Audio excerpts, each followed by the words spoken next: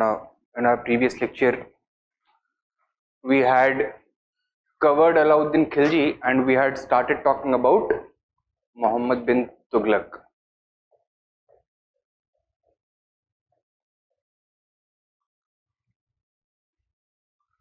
We had taken a brief overview of what we will be discussing. Now, first of all, a brief introduction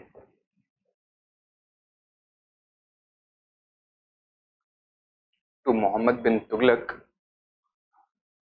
focusing primarily on his personality and how history remembers him as a ruler. तो कल क्या discuss किया था हमने, क्या बात करी थी हमने, that a mixed picture emerges. जो traditional historiography है that condemns him as a mad king, as an idealist, as somebody who was ahead of his times or who did not fit with his times, right? However, a more complex reality has emerged in more recent years, right? Write down. Muhammad bin Tughlaq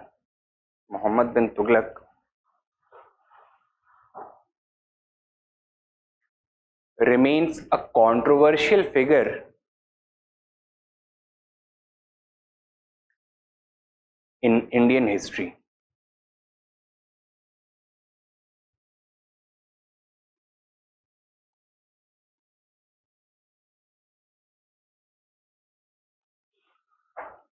Full stop.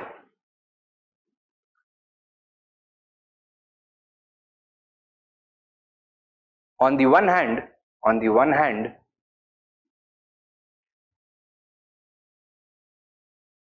he was the only Sultan of Delhi to receive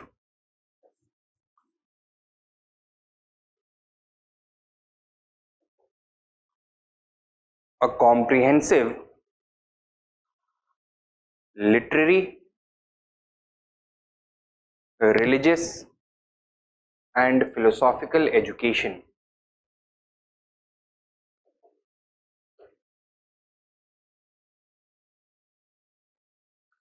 Full stop. Next point, education. His widespread learning is reflected in his visionary administration.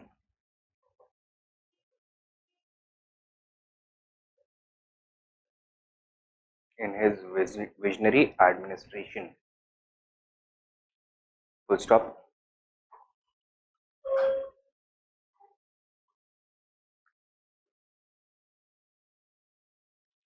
He reimagined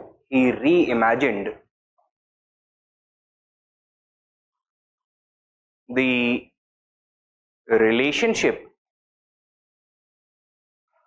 of the Sultan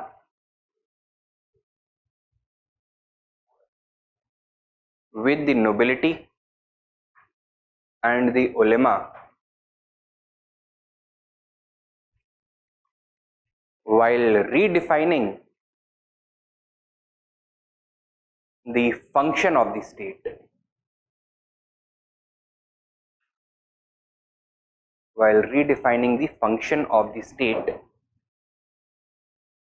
In a novel manner.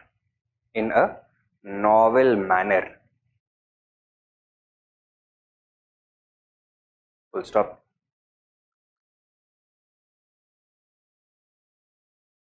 Next point. His policy clearly indicates the understanding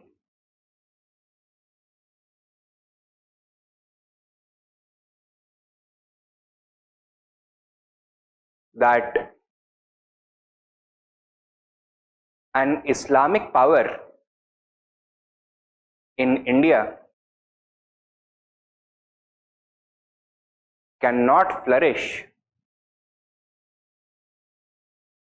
without the active support without the active support of non-Muslims, without the active support of non-Muslims. What is he going to do towards this? He is going to adopt a more liberal religious policy, and he will stop discriminating against Hindus in matters of state employment.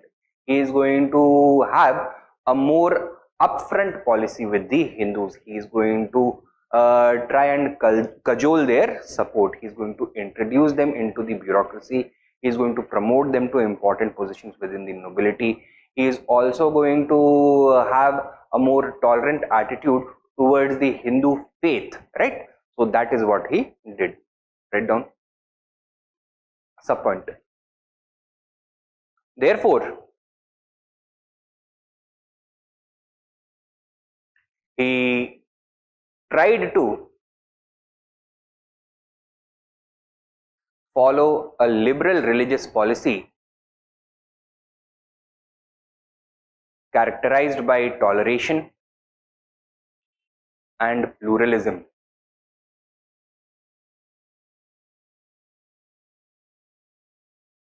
By toleration and pluralism.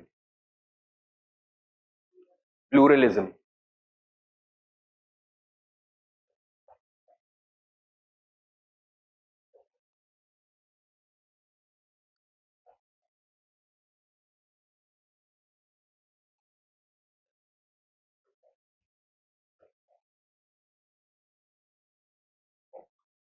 Full stop. Next point. He also applied his administrative abilities towards reforming the taxation system. The taxation system.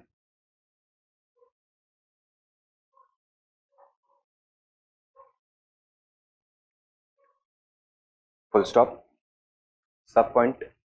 In fact, he was the first sultan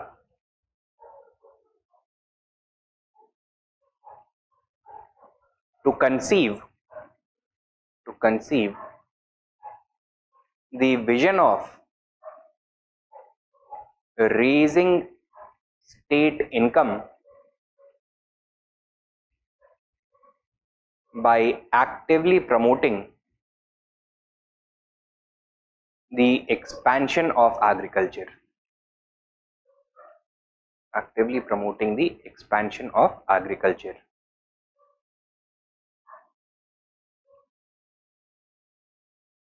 Right? इसके पहले क्या हो रहा था? Before this, sultans could imagine only one way of increasing state income, that is by raising the rate of taxes. अब इसने क्या बोला? Bring more farm under cultivation, bring more land under cultivation, production is going to increase and thus revenue may be increased, right? He was the first sultan to do this. Next main point लिखो.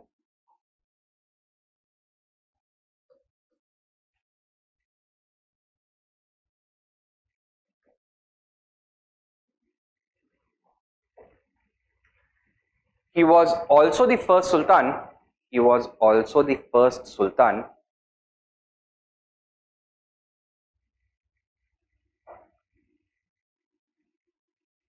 to envision a unified pan-India empire. Pan-India empire.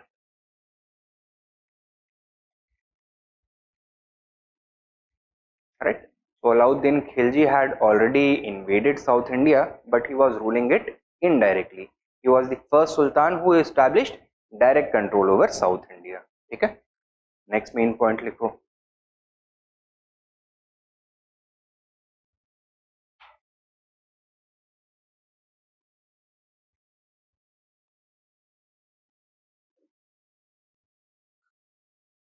He was also the first Indian ruler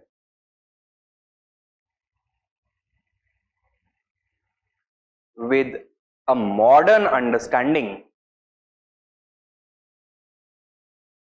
of the monetary system.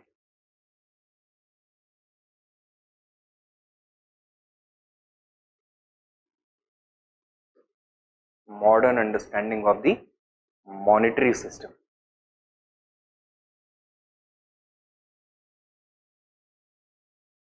Why are we saying modern understanding of the monetary system?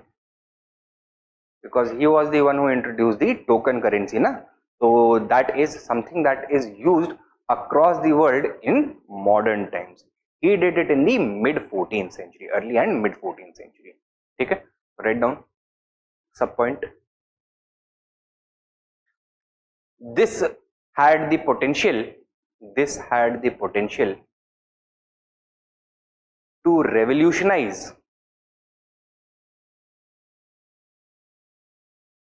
the economy by removing the dependence of commerce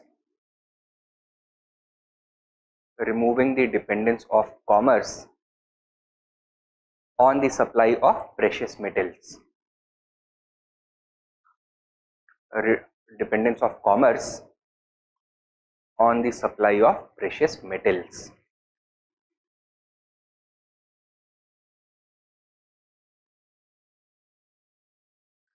Next main point.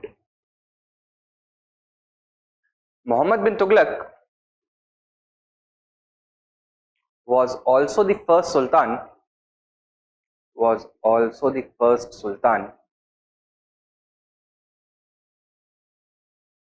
to be acutely aware of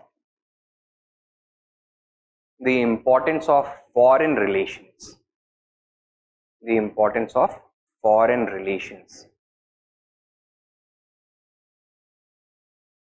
Full stop.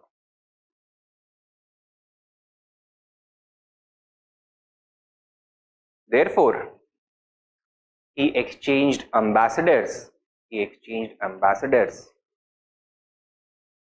with the rulers of China, Egypt, and Iran.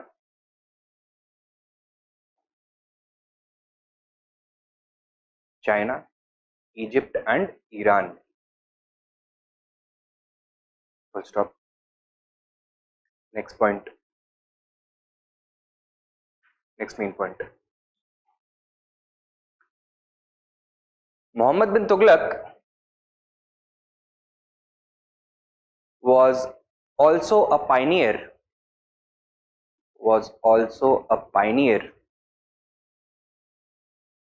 in the field of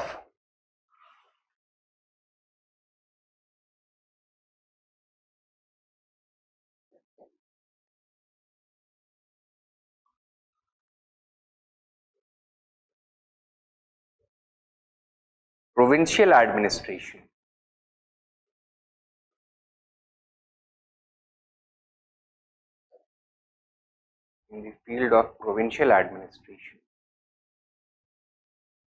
What was his major contribution in the field of provincial administration? क्या किया इसने? He introduced the element of separation of powers in the provincial administration. Earlier, all the power used to be concentrated into the hand of the mukti or wali. Okay? He was the provincial governor. Now the power was divided.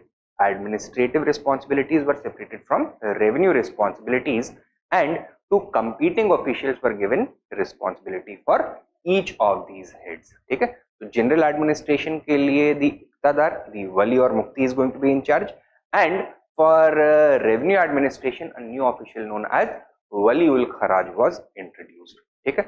So this had the potential of resulting in better central control over the provincial administration, preventing the arbitrary use of power at the provincial level, the misuse of power.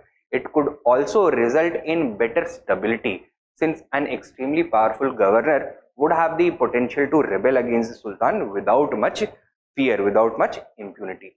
However, a competing official at the same level would always challenge the inordinate concentration of powers in the hands of an ambitious governor. So that was something which he pioneered, right? Sub point write down. He introduced the concept of separation of powers at the provincial level to discourage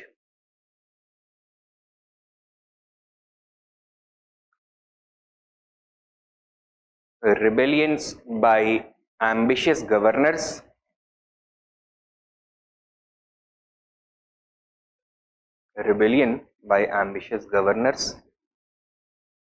and their arbitrary use of power.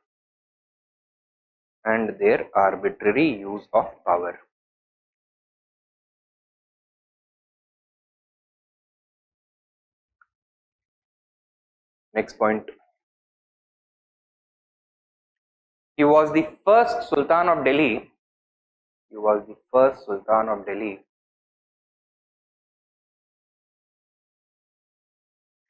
To have a clear welfare oriented policy.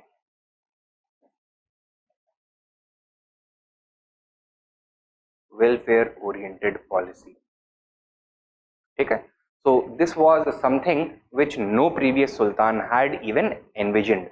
So in this way he carried out a major redefinition of the state's role and responsibilities. कहाँ पे उसने welfare initiative introduce किया? No, not in Delhi, rather in the peripheral regions. What had happened was that because of a failed agricultural taxation experiment, the agriculture had collapsed and there was widespread famine. So, providing relief and rehabilitation to the distraught farmers was initiated by him. He also started making grants towards their rehabilitation, and at the same time he encouraged the revival of agriculture by providing soft loans, इनको तक्कवी loans बोलते हैं या सोंधार loans बोलते हैं, ठीक है. So that was done by him for the first time. Write down sub point. His policy of providing relief to and rehabilitating distressed peasants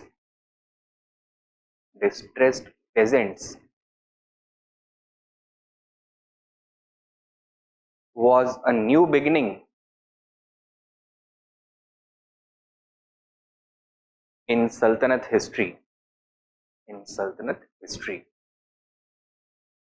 Full stop.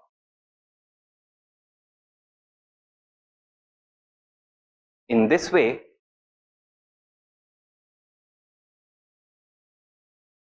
he brought the state one step closer to the general population.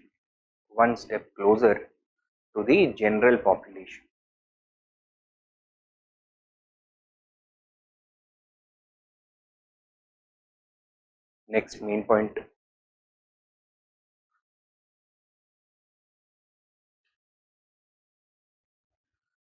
Muhammad bin Tughlaq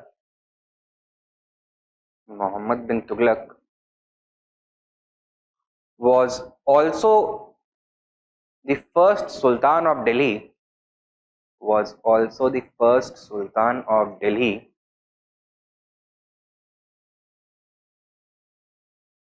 who clearly appreciated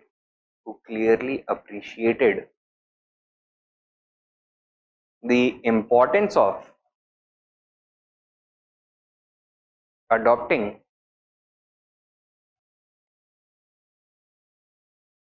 an active external policy with respect to India's northern frontiers. India's northern frontiers.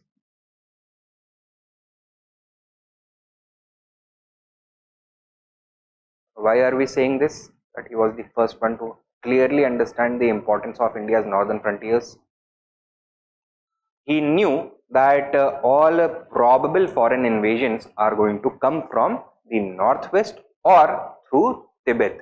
In order to secure these locations, he planned military expeditions into Khorasan, Central Asia, as well as Tibet through Karachal, through Himalayas. Okay? Write down. This is reflected, subpoint. This is reflected in his planned military conquests of Khorasan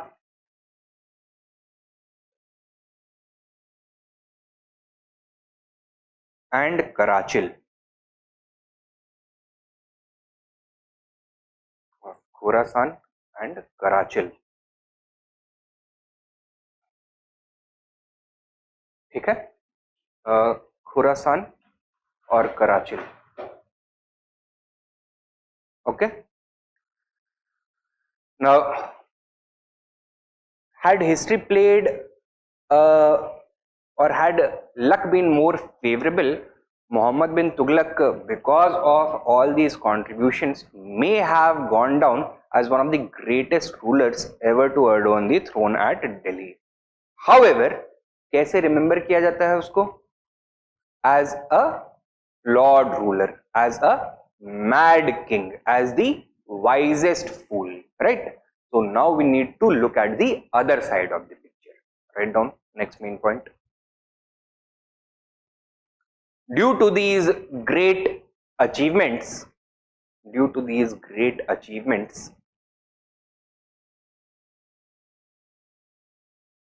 comma, Muhammad bin Tughlaq may easily have been remembered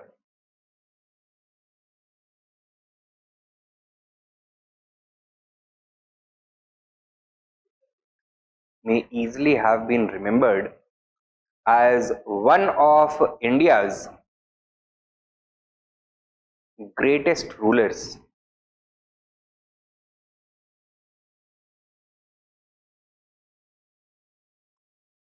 Full stop. However,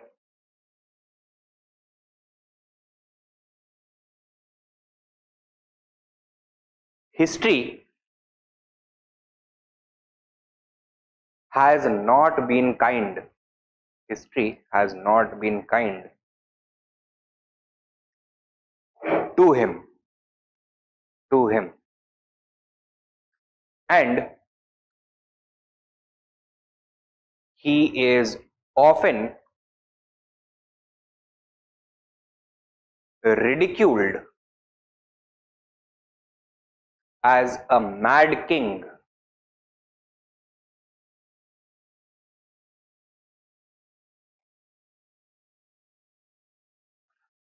comma, a mixture of opposites,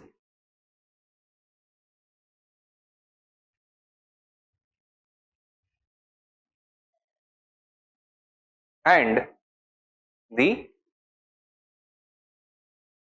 wisest fool.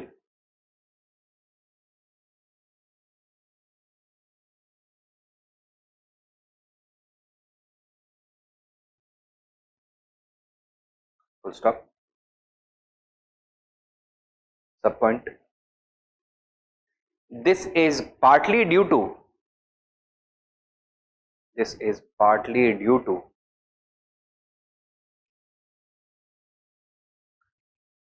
the biased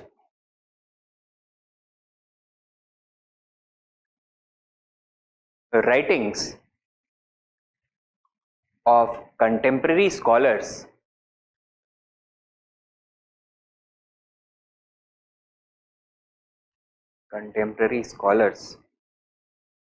and partly due to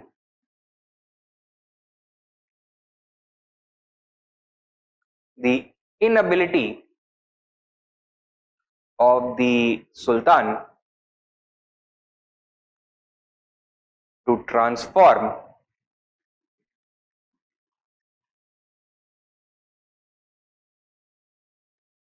his vision into reality.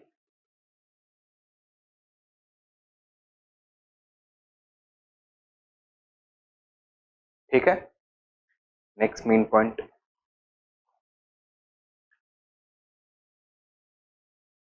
Any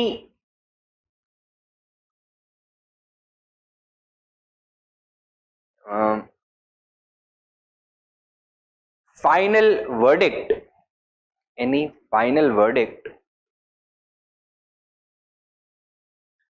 on the personality and achievements of the Sultan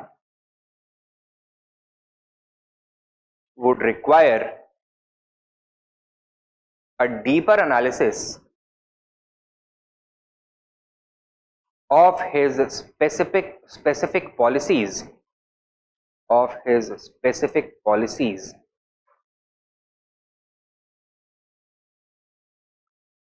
comma, their failures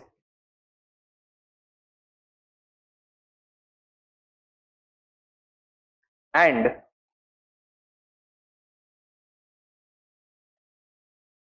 a survey of the contemporary historical texts.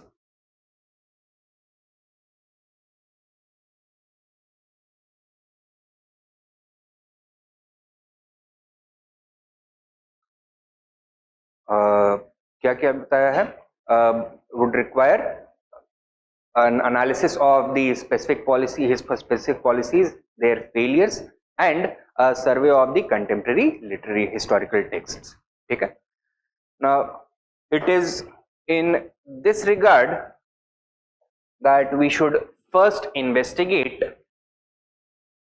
the contemporary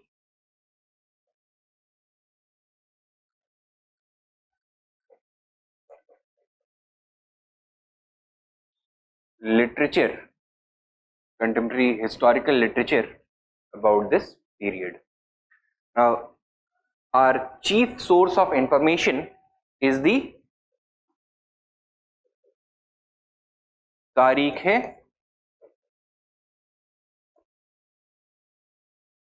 Firoz shahi, written by Ziauddin Barni.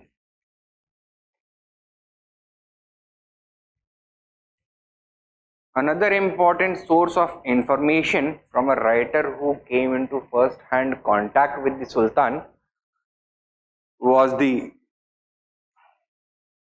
Kitab ul Rihla, also simply known as the Rihla sometimes, written by Ibn Battuta.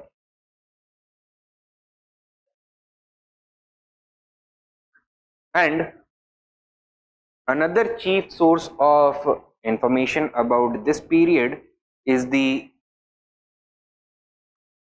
Futu us Salatin.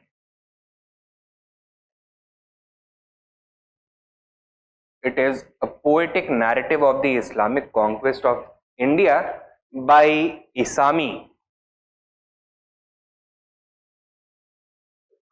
who was patronized by Alauddin Bahman Shah, who was the founder of the Bahmani dynasty, which had been founded with a successful rebellion against the Sultan, against Muhammad bin Tughlaq. Okay? Now, we should look at each of their scholars and whether they were objective and unbiased in their opinions about the Sultan or not, or did they suffer from some other biases. First of all, Ziauddin Barni. He was at the same time a member of the ulema class, religious scholar था, and at the same time a member of the old Turkish nobility.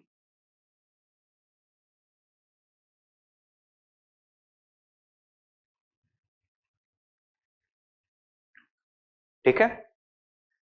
Now, what was Muhammad bin Tughlaq's attitude towards the ulema and the nobility? Did he follow a policy of appeasement or a policy of suppression? A policy of suppression. Therefore, members of both these classes had a major grudge against Muhammad bin Tughlaq. For them, he was villain number one. ठीक है? And Ziauddin Barni also adopted this kind of policy, this kind of attitude towards Muhammad bin Tughlaq. Could you expect him to write objectively about Muhammad bin Tughlaq's motivations, या फिर एक colored attitude, colored narrative देगा? ये colored narrative देगा.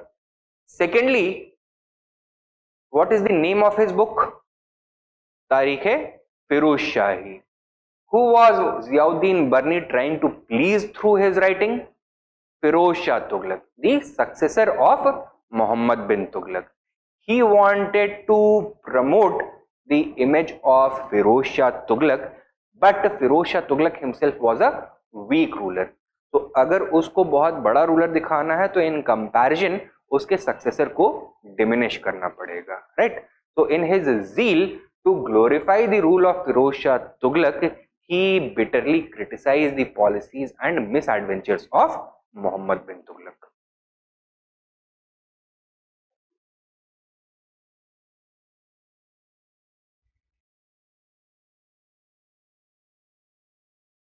ठीक है, तो एक को तो हम डिस्काउंट कर सकते हैं, that it is not completely reliable. ठीक है. Second, Ibn Battuta. कौन था ये? He was a Moroccan traveller and Islamic scholar. He was welcomed by Muhammad bin Tughlaq, who patronized him heavily and made him the chief judge of Delhi, the Qazi of Delhi.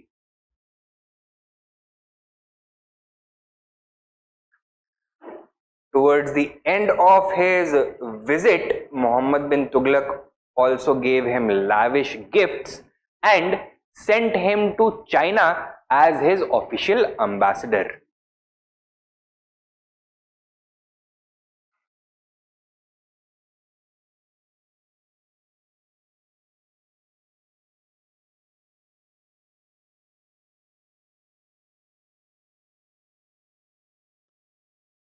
ठीक है. तो with this information आप बताइए किस तरह की history लिखा गया है? One which shows Mohammad bin Tughlaq in a positive light और one which villainises him. Positive light में दिखाया गया क्योंकि इसको तो रिवॉर्ड किया है, but this is not the complete picture.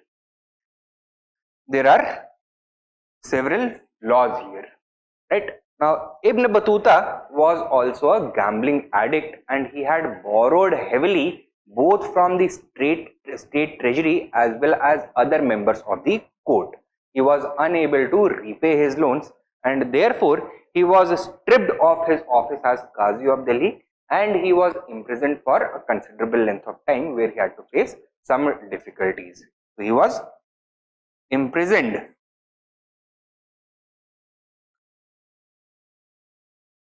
by Muhammad bin Tughlaq. Second flaw क्या था? That although Ibn Battuta had come into direct contact with the Sultan, he had written his memoirs after he had gone back to Morocco. In fact, Morocco से जाने के बाद the ruler of Morocco also sent him to Western Africa, Mali wale region mein. And after coming back, he was almost 70 years old. I think he was 67 years old when he started to conceive the Kitab ul Rihla. And secondly, he was also not writing it personally. He was dictating it to a scribe who was taking rough notes, and then after doing that he was writing his own understanding. Okay? So therefore the work Kitabul Rihla also suffers from memory and translation issues. Thirdly, who was the intended audience of the Kitabul Rihla? Was it the people of India and the Sultan Muhammad bin Tughlaq, or was it the people of the Arabic world and the Sultan of Morocco? Arabic world or Sultan of Morocco. Now, for an ordinary person living in the 14th century, it was almost, or the distance between Morocco and India was almost the same as the distance between India or this world and a different universe. Okay? So it was completely alien. In order to generate greater interest, all foreign travelers had a tendency to sensationalize their accounts. ठीक है, अब ये सनसनी बनाने के लिए account लिख रहा है तो can it be relied upon? नहीं हो सकता है, it loses objectivity.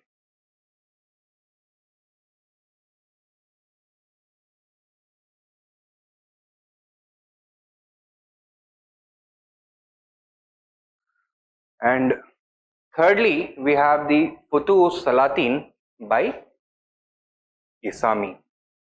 Right? Now, Isami was a client of, he was patronized by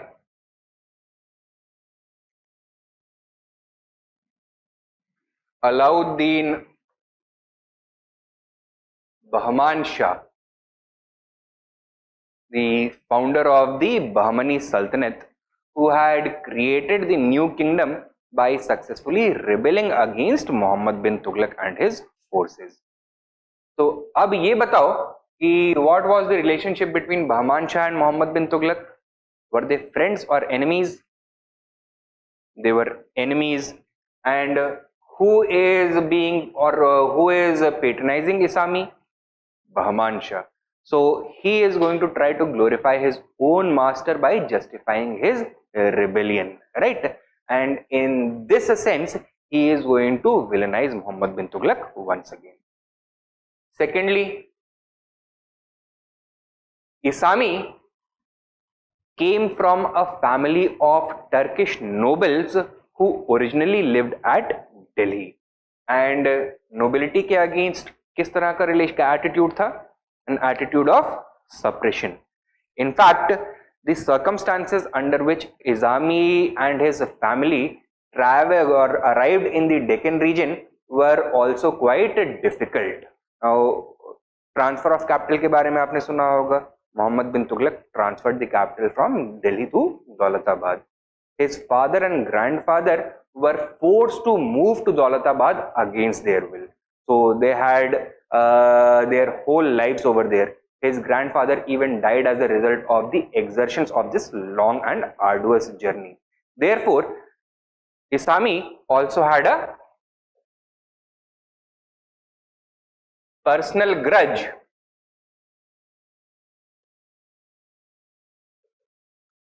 against Muhammad bin Tughlaq.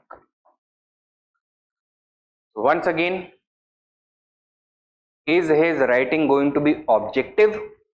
No, it is going to lack objectivity. And herein lies the biggest weakness regarding the contemporary history of Muhammad bin Tughlaq's rule, that almost all the contemporary writers were biased against him. Okay? Therefore, it is very difficult to extract a clear picture regarding the reasons for the failure. ठीक, तो इसको लिख लो. contemporary historiography, or give the subheading problems with contemporary historiography. Problems with contemporary historiography.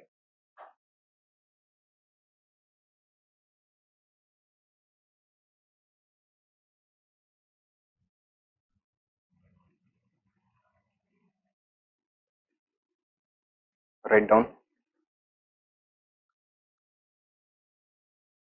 Ziauddin Barni, Ziauddin Barni, Ibn Battuta and Isami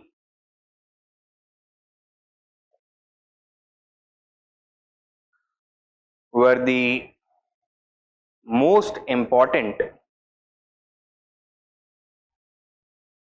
contemporary scholars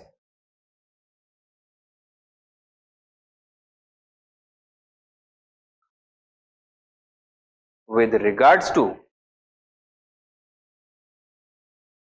the history of Muhammad bin Tughlaq's reign. Muhammad bin Tughlaq's reign. Full stop.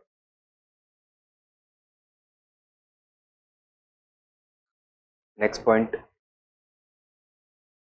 Initially, comma, the colonial historians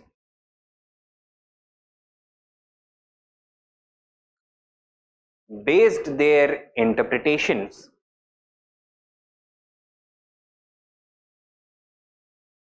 on an uncritical reading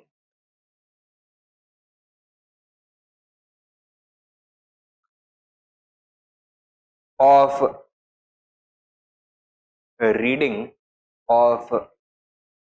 their texts,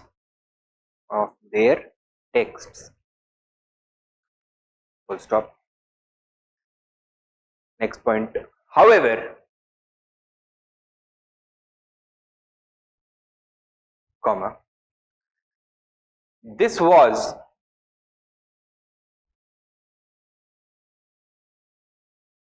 a major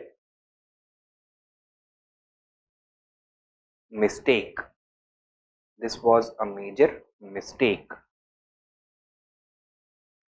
as even a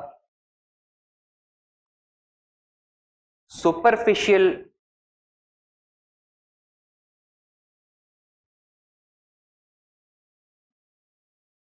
investigation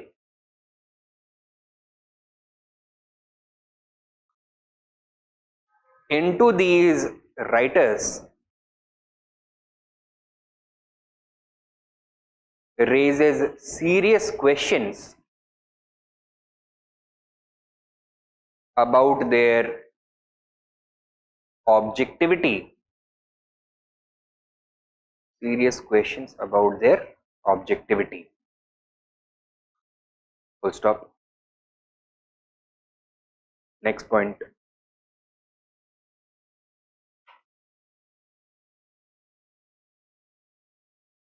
Ziauddin Barni's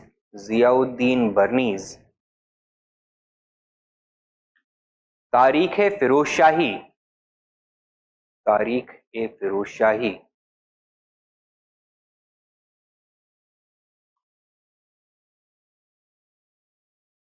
was written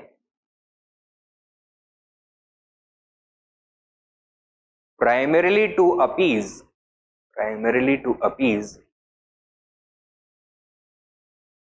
Firoz Shah Tughlaq.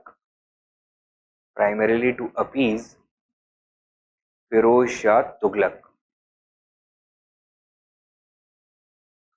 Full stop. Subpoint. Due to this compulsion,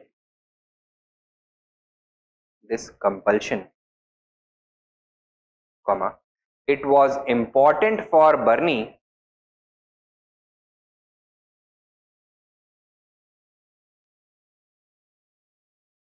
to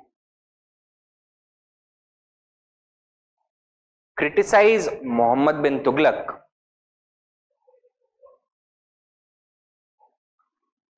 so that Firoz Shah Tughlaq may appear more capable in contrast.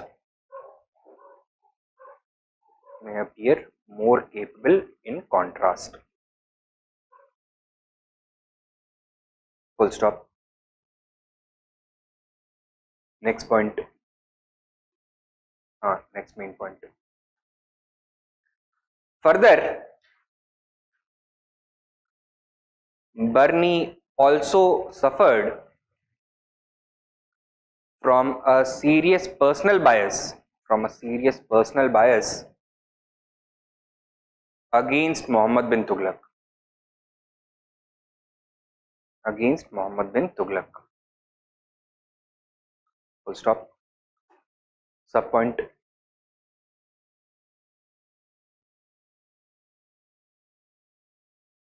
Barney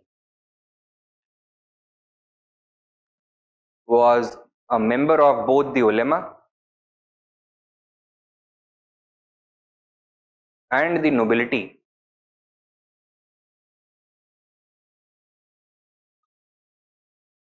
both of whom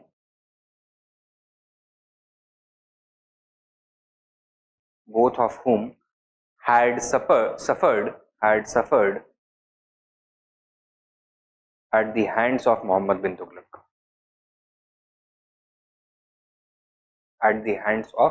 bin Tughlaq.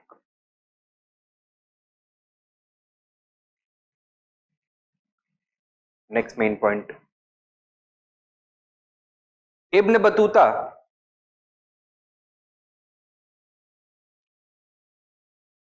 the author of the Kitab ul Rihla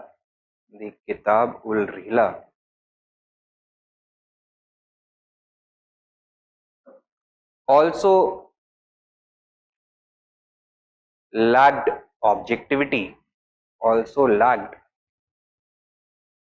objectivity with regards to Muhammad bin Tughlaq.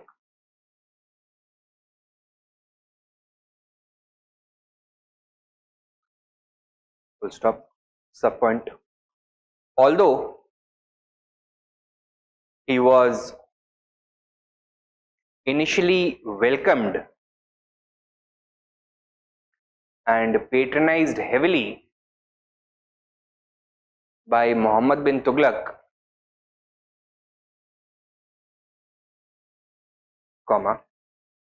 he was also imprisoned by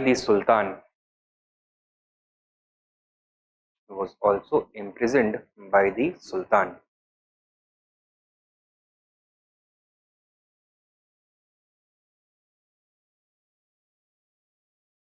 Next sub point.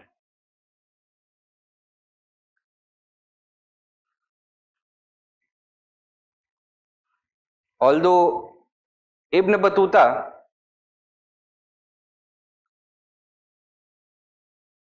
had direct contact with the Sultan,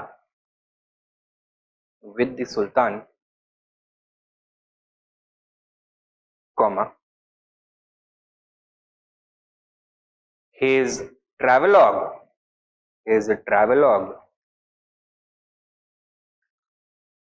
was written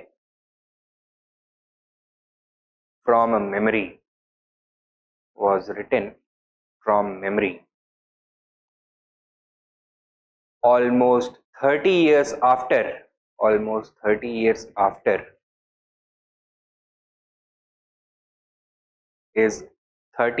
after his last meeting with Muhammad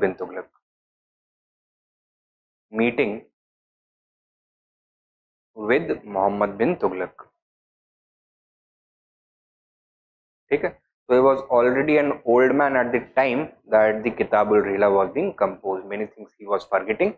many things he was remembering incorrectly. In the same point continue, in the same sub point continue. Moreover, Ibn Battuta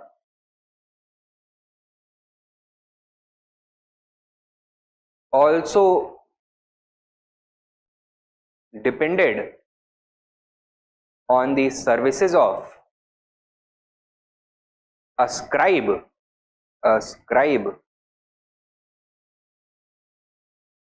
to take notes,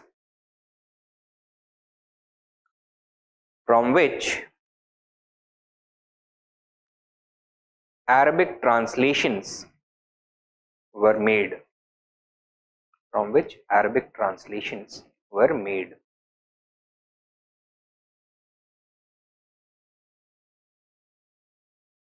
Thus, it is suspected that many details may have been lost in transmission.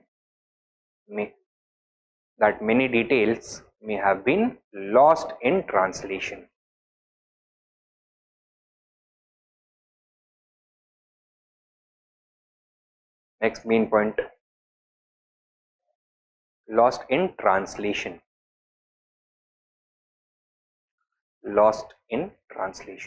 ठीक है, अगला main point लिखो.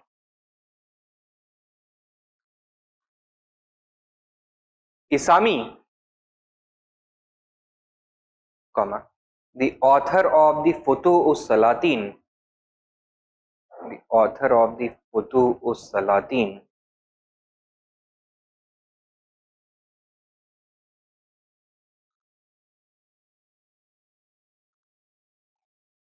was patronized by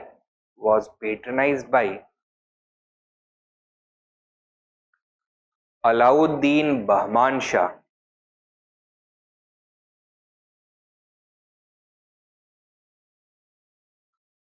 who had founded the Bahmani Sultanate, by rebelling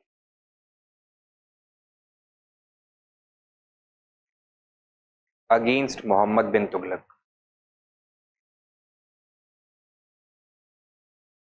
Full stop. Thus it is not surprising that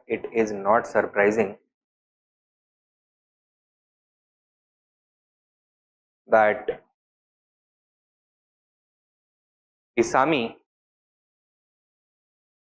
is heavily biased against Muhammad bin Tughlaq.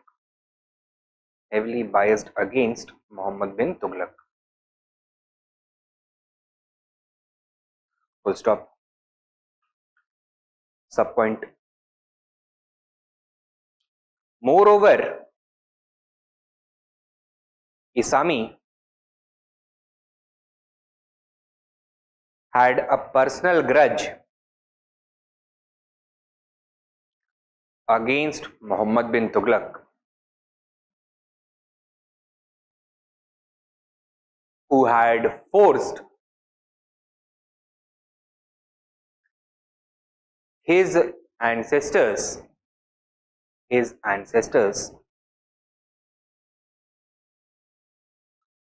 to migrate to Daulatabad from Delhi,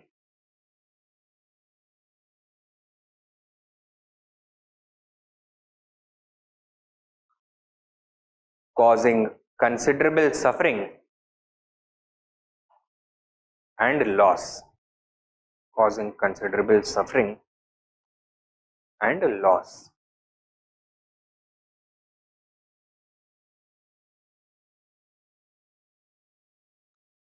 ठीक है, suffering and loss. Okay, next main point लिखो. In light of this reality,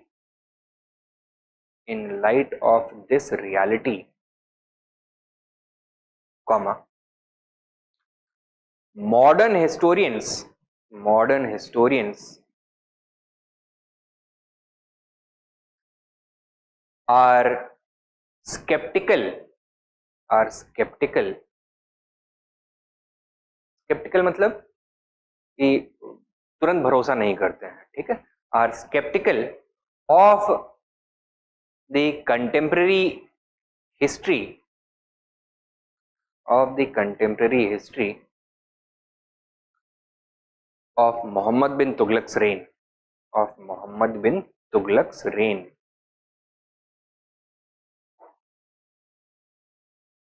This has, full stop, this has led to a reinterpretation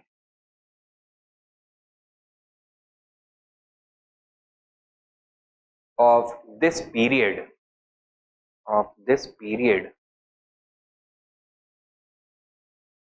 and a new understanding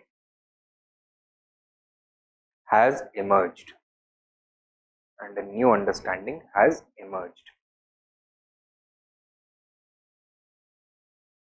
Full stop.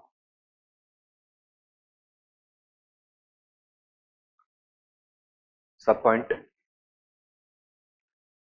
Modern historians have focused upon Muhammad bin Tughlaq's policy experiments,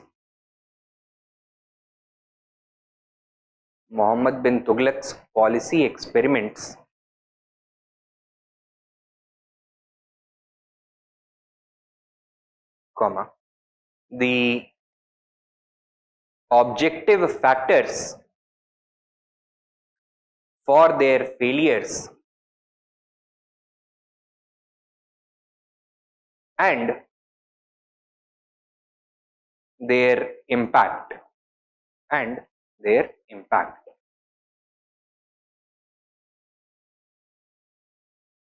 ठीक है, so this brings us to Muhammad bin Tughlaq's policy experiments.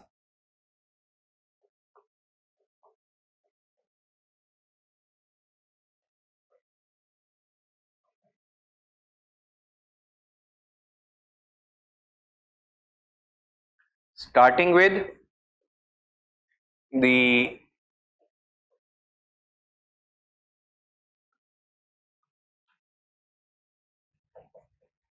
transfer of the capital in 1327-28. कहां से कहां? दिल्ली से Daulatabad, right? Why did Muhammad bin Tughlaq transfer his capital according to the contemporary sources? तो बर्नी क्या बोलता है?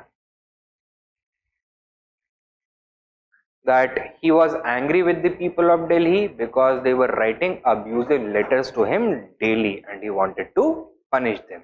ठीक है, तो गाली वाले लेटर पढ़ के इसका दिमाग फिर गया and to punish them he transferred the entire population, forced the entire population of Delhi to migrate to Daulatabad.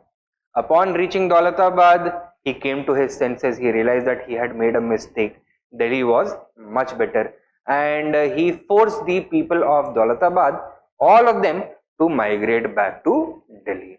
तो आधे दौलताबाद पहुंचते पहुंचते खत्म हो गए और बाकी बचे बचे वापस दिल्ली जाते खत्म हो गए. According to Barney, by the 1330s, Delhi had become a ghost town, a shadow of its former glory. ठीक है? This is what Barney has said. Contemporary history remembers. What do modern historians say?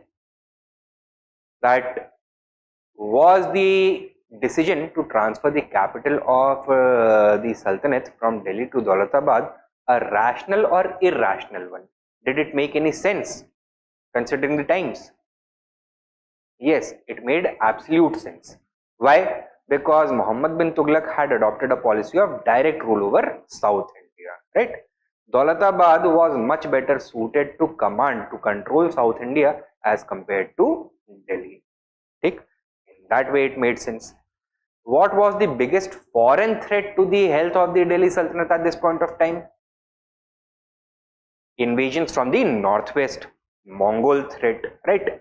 Now, where would you position your army, your administration, if you wanted greater protection against the Mongols? In Delhi or Daulatabad? Daulatabad made more sense. It is much further away. It is better defended. There is a separation line which can be defended. The Vindhyan mountains, which can easily be defended. So natural frontier offer karta hai, right? So in that sense also, Daulatabad made more sense. Thirdly, the degree of the transfer, the scale of the transfer, that has also been questioned. Barni ne kya bola tha? That everybody was forced to migrate. Even the blind people, the crippled people, even cats and dogs, they were forced to migrate. However, we have contradicting information. Coins struck at Delhi in 1329 have been discovered. That means Delhi's commerce must be flourishing. There are two Sanskrit inscriptions dated to 1327 and 1328 that have been found at Narayana, right? So this indicates that Delhi did not lose its population. Rather, there was a sufficient mass of population at Delhi to carry out all these activities. Ibn Battuta, who arrived in India after this entire episode of transfer of capital had already been completed in the 1330s, and he has remarked about the large population and flourishing commerce of Delhi. तो क्या उसके description से आपको लगता है कि ghost town बन गया था? नहीं बना था. So modern historians believe that he and his nobles, his officers, were the only ones who were forced to move. The general population of Delhi was left alone. Second question आता है कि why did he make the decision to transfer the capital from Daulatabad back to Delhi? बर्नी ने क्या explanation दिया है? सुल्तान पागल था और एक दिन पागलपन से उठा तो उसको अपना मिस्टेक रियलाइज हुआ. He forced the entire population of Daulatabad to move back to Delhi. But reality क्या था? Sultan's hand was forced, right? So Deccan region was a newly conquered region. ठीक, और न्यूली कॉन्कर्ड रीजन में क्या सबसे बड़ा danger होता है? Rebellion, resistance. Therefore, having a strong military presence is very very important to occupy and pacify the region. However, military में plague फैल गया, right? Many of his soldiers died. Therefore, he found his position in the south to be indefensible. A number of rebellions broke out. His position was that if he remained in Daulatabad, he and his administration may not survive. Therefore, the reasonable decision was to transfer the capital back to Delhi and from Delhi try to suppress these rebellions. That is exactly what Muhammad bin Tughlaq did. अब ये बताओ, बर्नी ने जो picture paint किया है और ये जो मॉडर्न अंडरस्टैंडिंग इमर्ज हुई है वो सेम है, उसमें डिफरेंसेस है? बहुत बड़ा डिफरेंस है. In one case, Muhammad bin Tughlaq appears to be a mad king. In the other, he appears to be a rational ruler. Okay? And this is going to be the same thing that we'll see in all his experiments. Write down.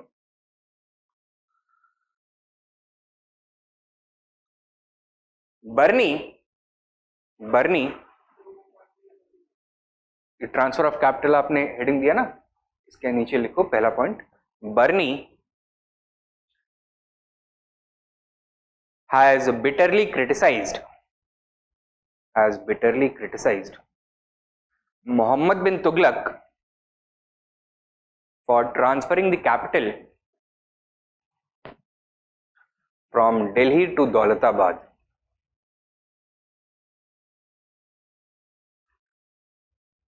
For transferring the capital from Delhi to Daulatabad.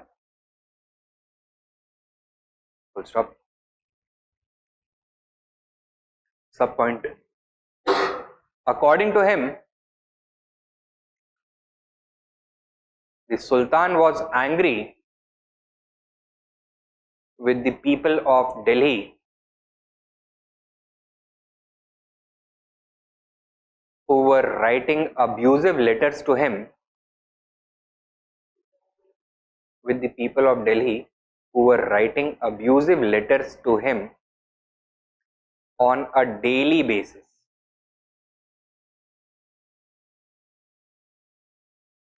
And he wanted to punish them.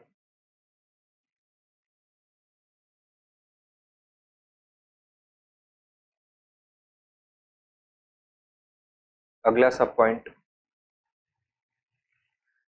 So he transferred the capital to Daulatabad and forced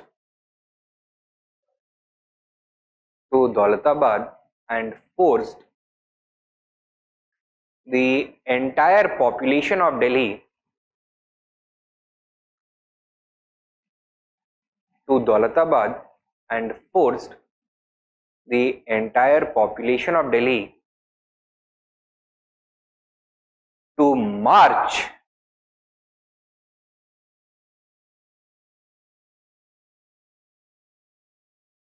in the heat.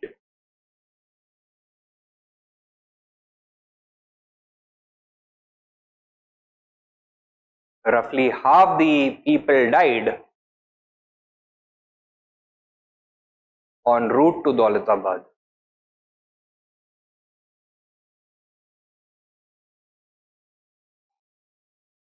En route to Daulatabad. Next subpoint. Soon the Sultan came to his senses. Soon the Sultan came to his senses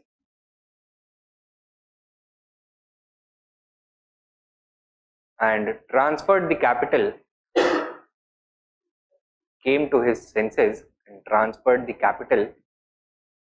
back to Delhi. Once again forcing mass migration.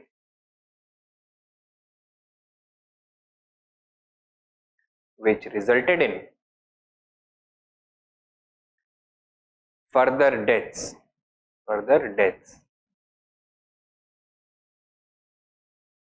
Full stop. Subpoint.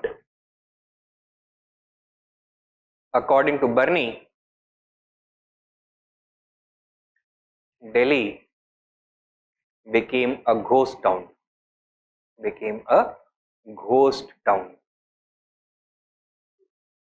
Delhi became a ghost town. Next main point.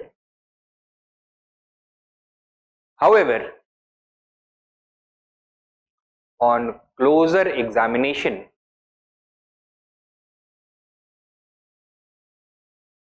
a completely different picture emerges. On closer examination, a completely different picture emerges. Full stop. Subpoint.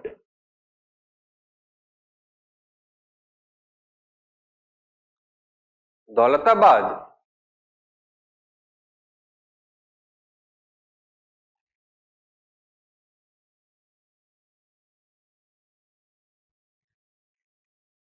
made greater strategic sense as the capital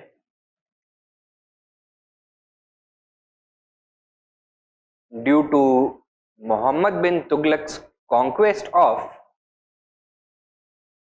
and direct rule over South India. Due to Muhammad bin Tughlaq's conquest of and direct rule over South India.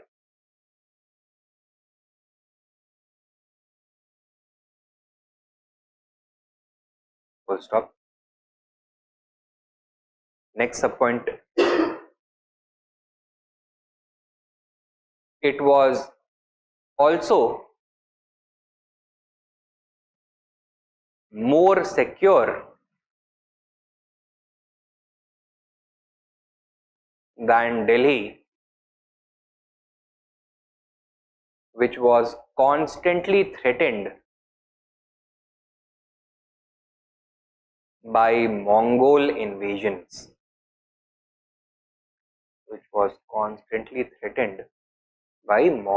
invasions. Next subpoint.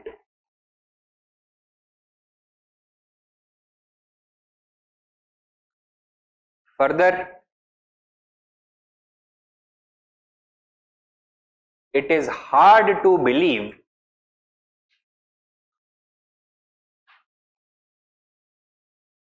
that Delhi was ever completely deserted.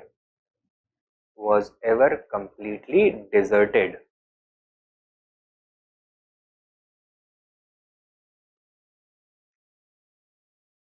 Full stop. Coins struck at Delhi. Coins struck at Delhi within bracket 1329 and Sanskrit inscriptions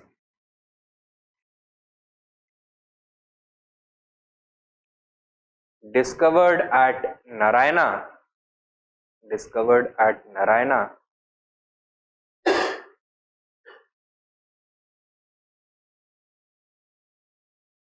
within brackets 1327, 1328,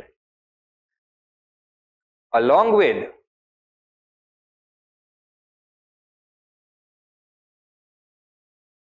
the vivid description of bustling, B-U-S-T-L-I-N-G, bustling city life at Delhi by Ibn Battuta shortly after the episode of the transfer of capital,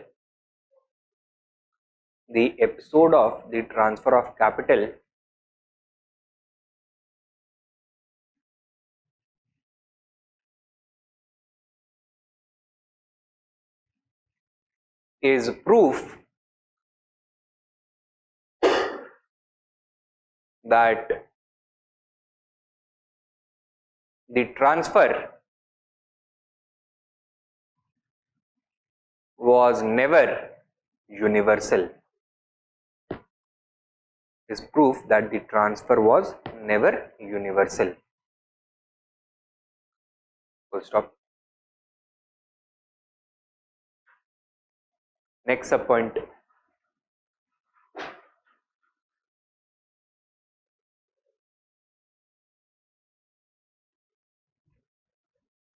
Muhammad bin Tughlaq's decision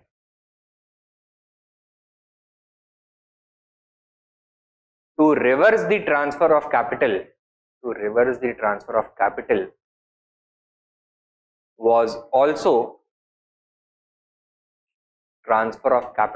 was also a rational one.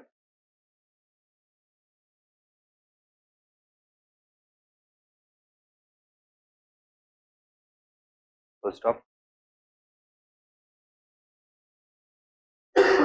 The Deccan had recently been conquered. And maintaining military supremacy was important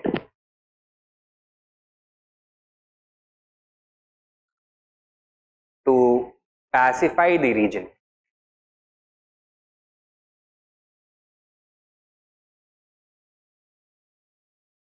However, there was an outbreak of plague in the Sultanate army.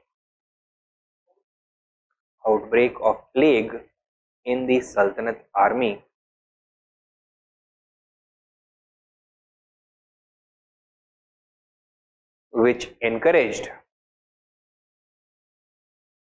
rebellions across South India.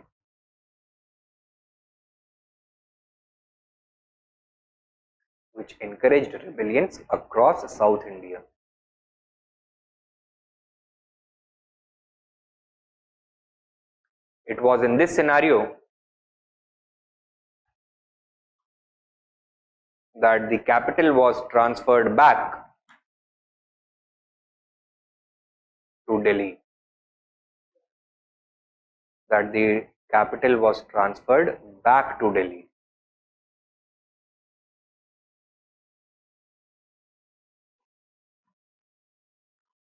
ठीक है, तो ये हो गया एक experiment, the transfer of capital. We have the contemporary historians' views as well as the modern interpretation now. तो अब complete picture बनता है. Second, the token currency experiment.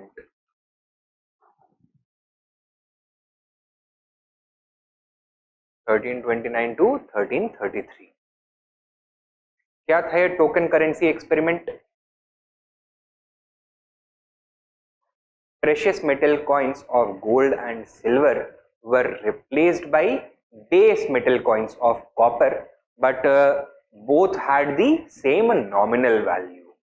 ठीक है, तो intrinsic value को अब you can say now that was replaced by the concept of nominal value coins, right? How did Burney explain it? क्या बोला उसने? He said that this experiment was a product of the Sultan's greed. Sultan लालची था, he wanted all the gold and silver for himself, and that is why he replaced it with copper coins, right? क्या ये सही है? Does that make any sense? क्या करेगा gold and silver का जब उसका कोई वैल्यू ही नहीं रह गया है apart from the ornamental value, right? तो we need to now investigate क्यों इसको करना जरूरी था. At this point of time India was suffering from an acute shortage of gold and silver coins. India was dependent upon imports of gold and silver from the other parts of the world, from Arabia, Persia, etc.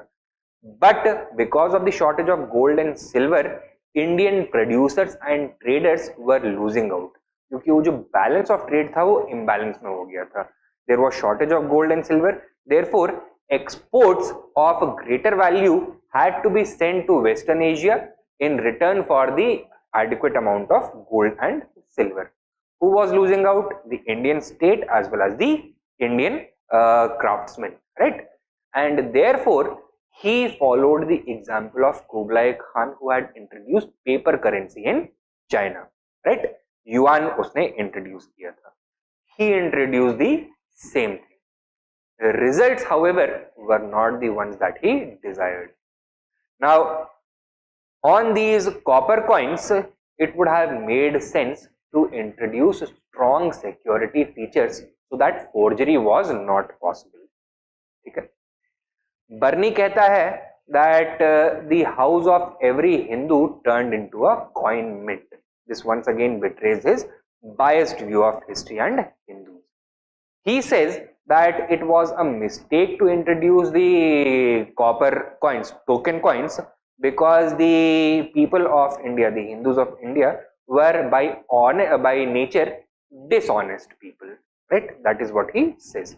He says that these forged copper coins were now used by rebels to purchase weapons and by peasants to pay taxes.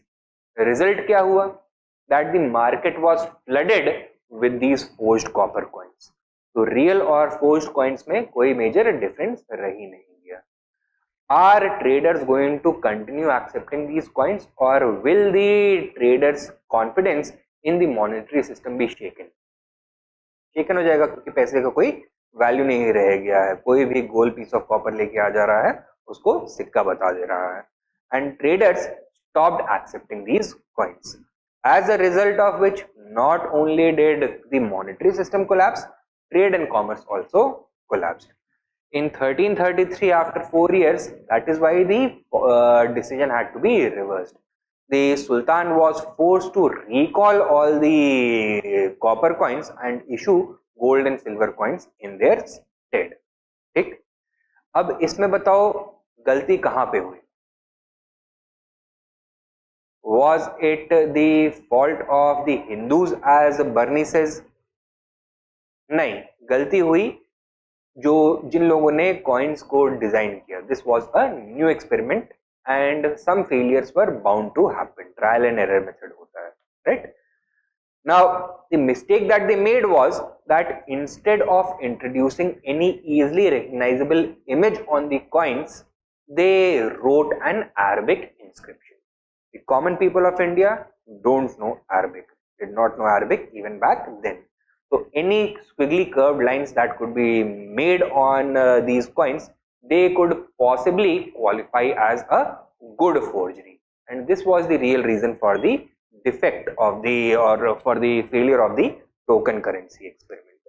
Now, was Muhammad bin Tughlaq directly in charge of designing these coins? No, lower officials were in charge, right? And the lower officials should in fact have reported that this is how coins were being misused. However, none of them did that.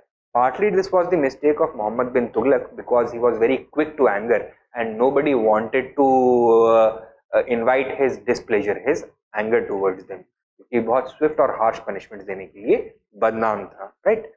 But at the same time, some intervention could have been made at the lower levels. कुछ ना कुछ changes किए जा सकते थे. So it was as much a mistake by Muhammad bin Tughlaq as it was a mistake by the officials at the lower levels of administration. ठीक है? It was not simply the mistake of Muhammad bin Tughlaq. So once again, एक नया reality emerge होके आया है as compared to the past. Write down. According to Bernie,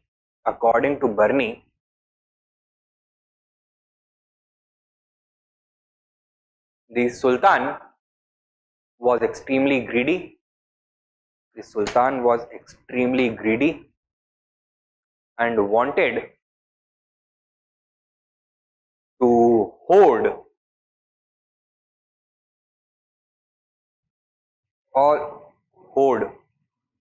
all the precious metals. Full stop. Subpoint. Therefore,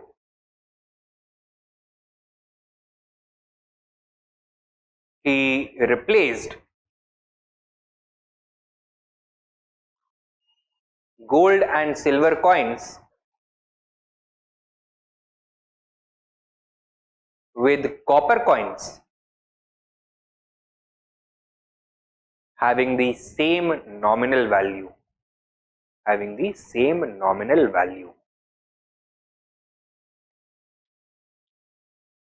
Next subpoint. According to Bernie,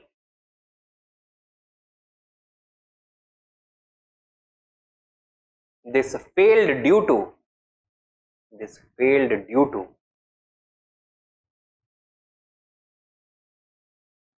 large scale forgery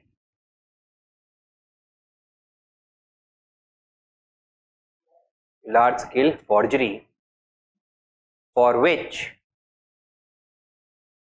he blamed Hindus. Next subpoint. He further states that the state was weakened as rebels used forged coins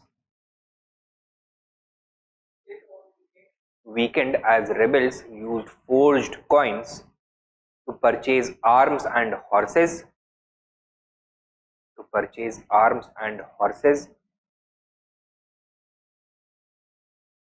and peasants used them to pay revenue.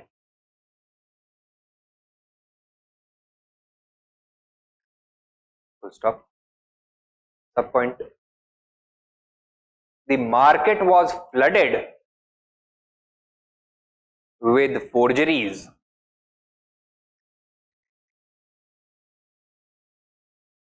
and traders ultimately refused flooded with forgeries, and traders ultimately refused to accept any copper coins,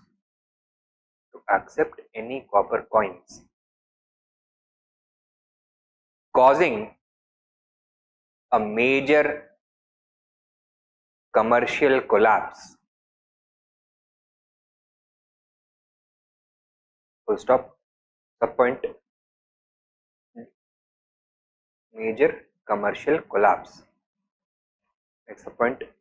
Due to this,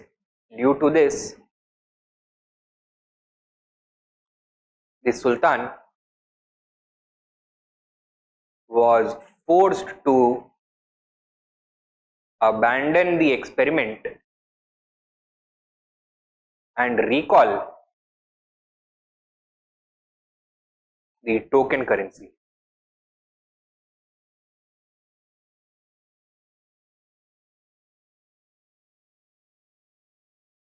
Full stop. Next subpoint. Burney writes about the mountains of discarded copper coins or mountains of discarded copper forgeries. Mountains of discarded copper forgeries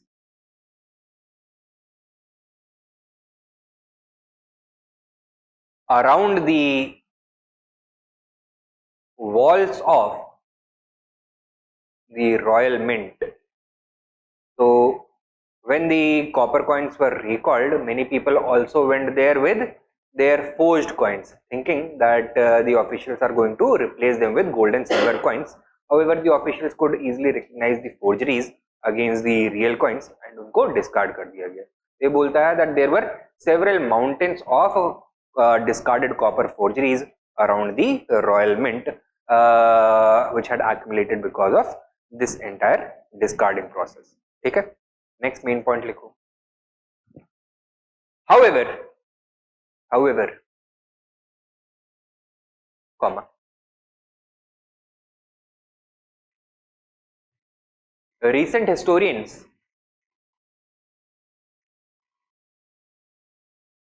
have perceived the token currency experiment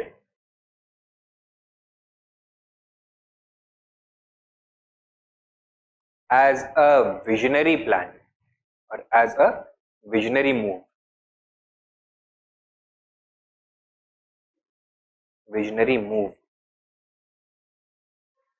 Subpoint.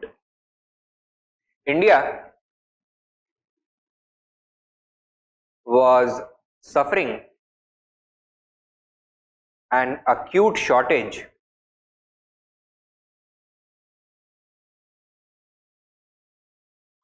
of precious metals which had to be imported in large quantities.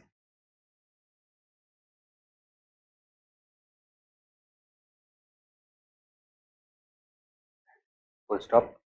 This was harming the balance of trade and Indian producers or Indian craftsmen and Indian craftsmen.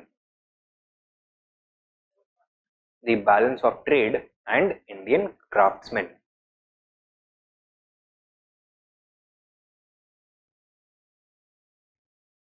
Therefore, the introduction of token currency was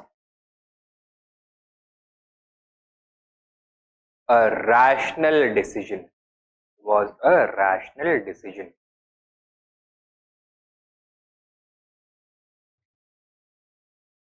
Full stop. Further, next subpoint लिखो. Further, Muhammad bin Tughlaq was following the example of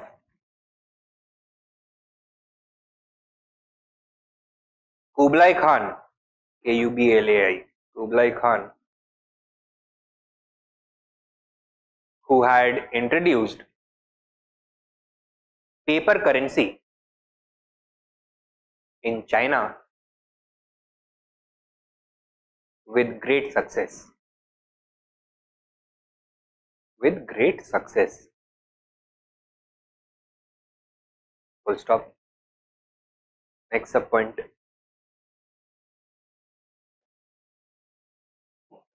While the experiment failed,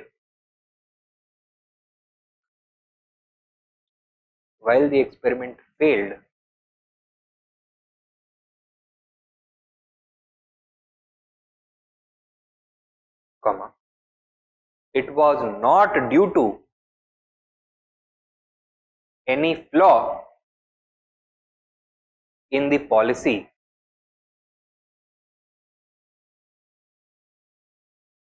full stop. Rather, it was the lack of official oversight. It was the lack of official oversight which had prevented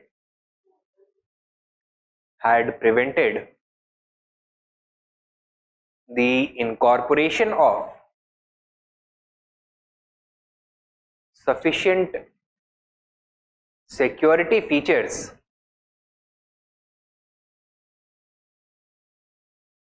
official oversight which had prevented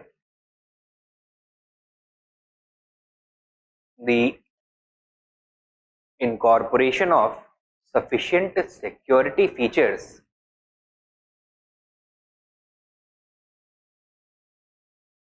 to prevent forgery. Full stop. Next sub point. Therefore, it was the officials who share the greatest burden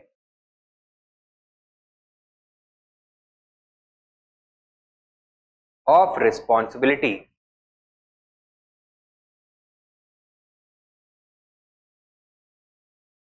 for the failure of this experiment.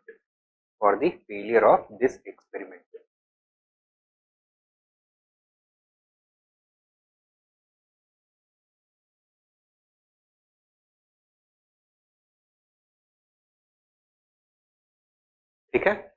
This was the token currency experiment. Number 3, the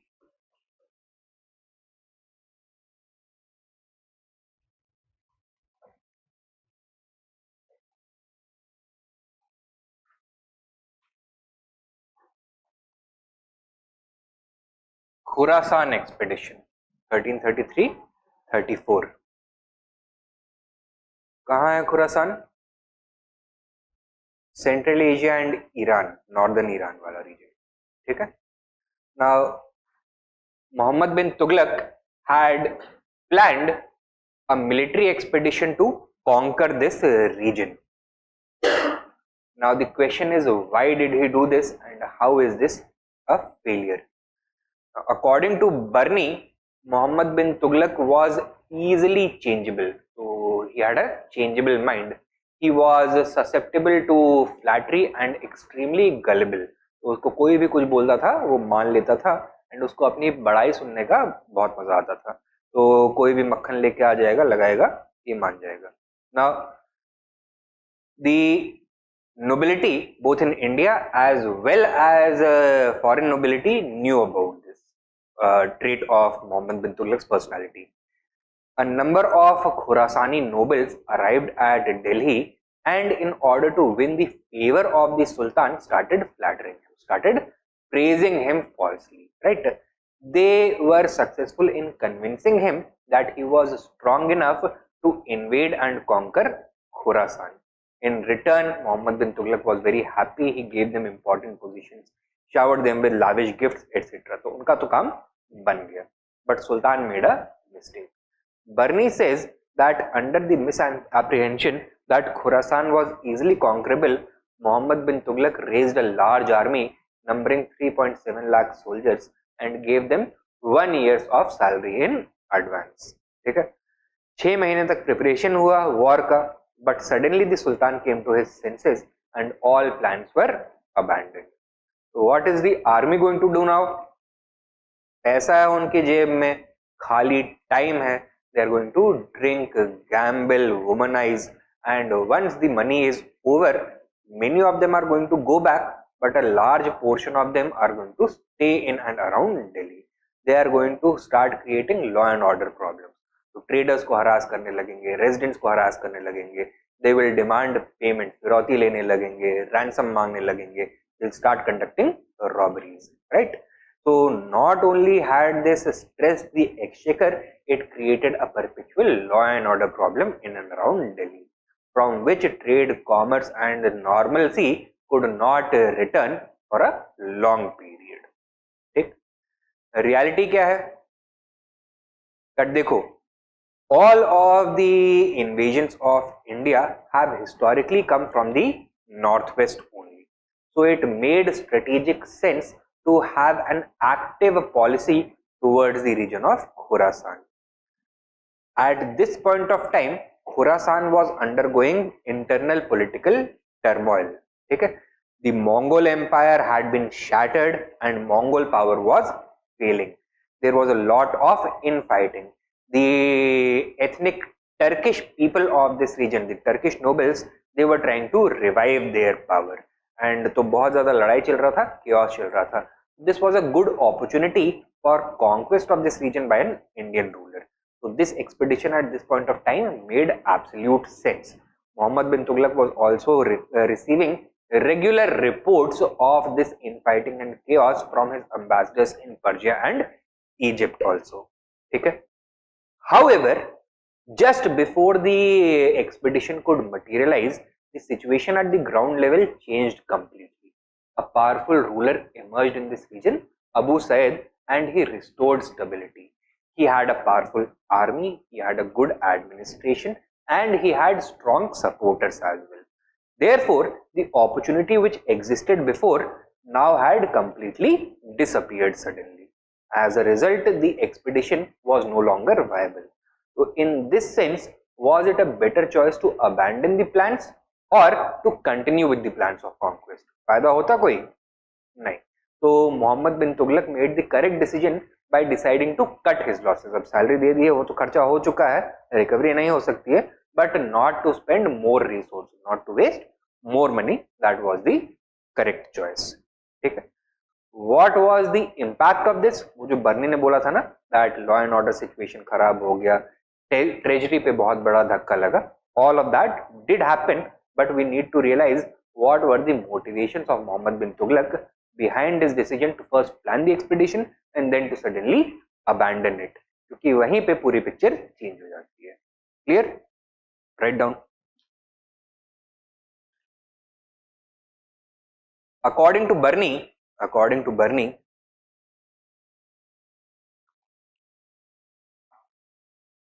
Muhammad bin Tughlaq had been convinced by some Khorasani nobles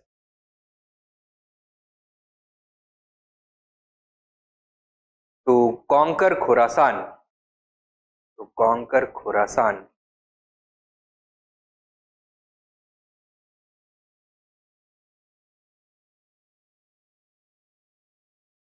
Full stop. These nobles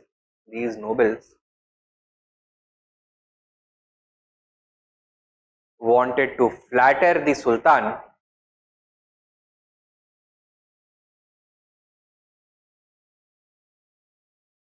and receive lavish gifts in return. Sub point. receive lavish gifts in return. Next main point लिखो. Muhammad bin Tughlaq raised a large army of 3.7 lakh soldiers,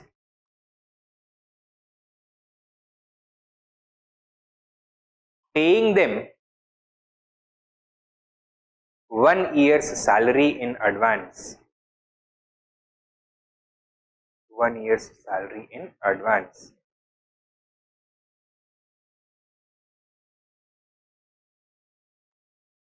Next point. However,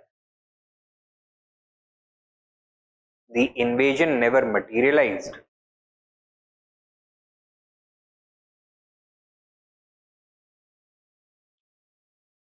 as the Sultan came to his senses and abandoned the plan. Came to his senses and abandoned the plan. Full stop. Sub point लिखो.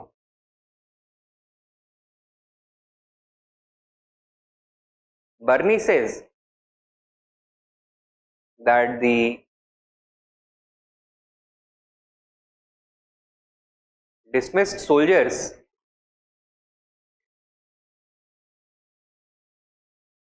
turned towards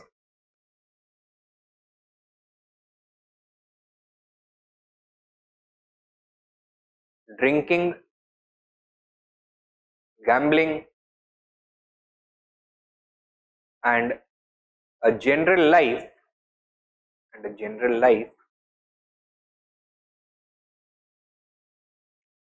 of law breaking, including robbery,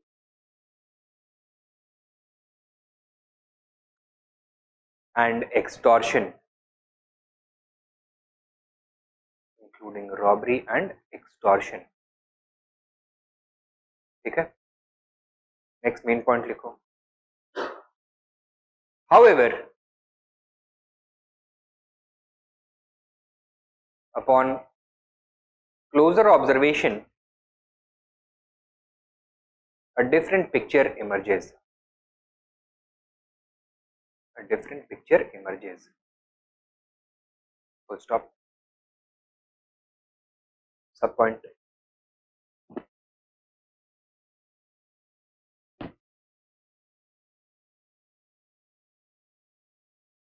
With the collapse of the Mongol power,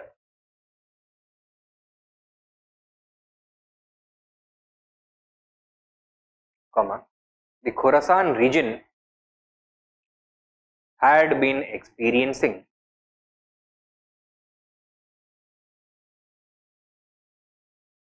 instability and conflict.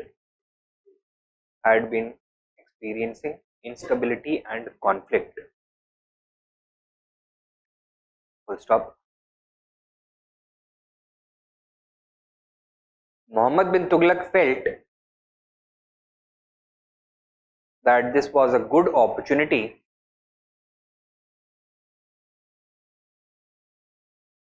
to secure the northwest frontier and acquire the northwest frontier and acquire strategic depth.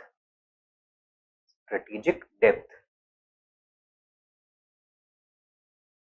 Next point. However, he was forced to reconsider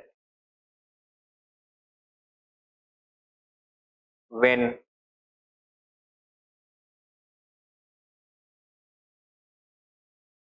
political stability was restored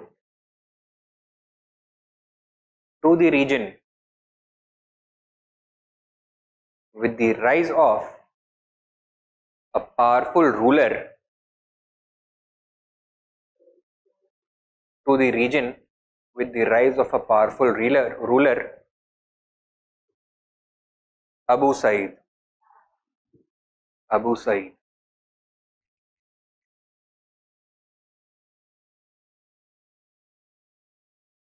ठीक है, Abu Saeed. Once again,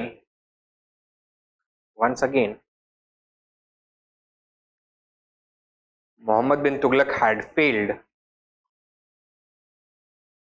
due to circumstances not entirely in his control. Not entirely in his control. Number 4, the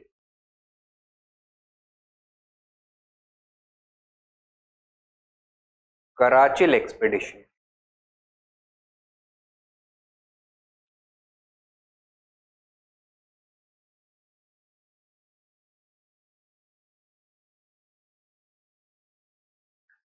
Karachil expedition. Karachil क्या था? It was a small Himalayan kingdom which used to be a tributary state of the Delhi Sultanate. So that means it was a subordinate of the Delhi Sultanate and paid tribute annually. Now, according to Muhammad bin Tughlaq, due to the weakness of Muhammad bin Tughlaq, according to Ziauddin Barni, due to the weakness of Muhammad bin Tughlaq, these subordinate kingdoms had become very, very bold and Karachil had stopped sending tribute. Muhammad bin Tughlaq was very angry and he dispatched a strong force of 10,000 soldiers to bring Karachil back into the fold and punish the ruler of Karachil. Right? Now, according to Barni, the biggest mistake was that the commanders were not Muslims. Rather, they were Hindus who could not be trusted. And when they left Delhi, since there was no one superior, they conspired with the enemy. Many soldiers were killed. In fact, out of the 10,000, only 10 could escape and return to Delhi alive. Muhammad bin Tughlaq was so angry that he beheaded them on the spot. तो 10 बचे हुए थे, उनको भी खत्म कर दिया. Reality क्या है? That Karachil had rebelled, but the campaign itself was successful. Muhammad bin Tughlaq had brought it back into the fold, but जो expedition था that was very very expensive. ठीक है? Now the expedition suffered due to heavy rains and landslides when the victorious Sultanate army was returning from Karachil. So many soldiers died, many of them were washed away. There was also a great loss of property. ठीक है? तो ये तो एक चीज हुई. Secondly, was the motivation of Muhammad bin Tughlaq limited only to punishing the ruler of Karachil, or did he have a grander strategic objective? He had a grander objective. He wanted to use Karachil to launch raids across the Himalayas into the Tibet region. He had an embassy in China. Indian traders were regularly going to China. So he was getting regular reports of China's huge army and resources. He felt that if he was able to conquer a portion of China, the people of India and the state both are going to benefit. Okay? From that sense, from that angle, it was a rational choice to bring Karachil into the fold. Secondly, once again, Barni's bias is revealed. क्या blame किया है उसने? That instead of relying upon Muslim noblemen, the Sultan has relied upon low-born Hindu commanders, and it was bound to fail. So this shows the social bias towards Hindus and also against Muhammad bin Tughlaq. Write down. Karachil was a small Himalayan tributary kingdom under the Sultanate.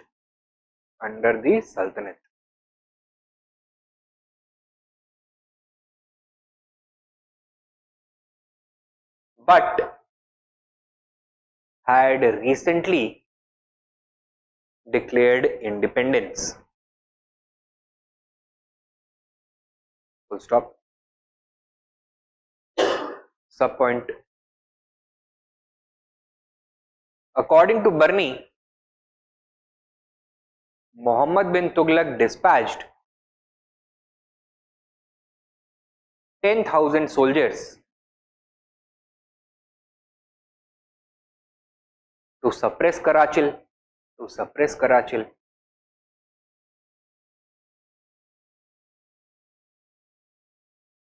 Full stop.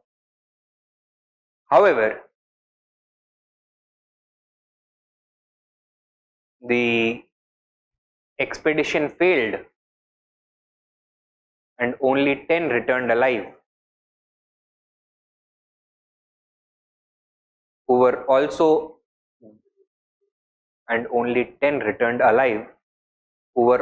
beheaded at the spot.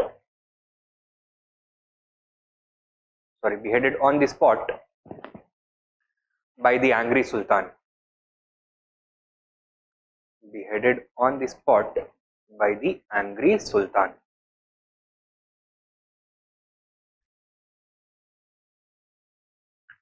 Full stop. Next main point लिखो. Other sources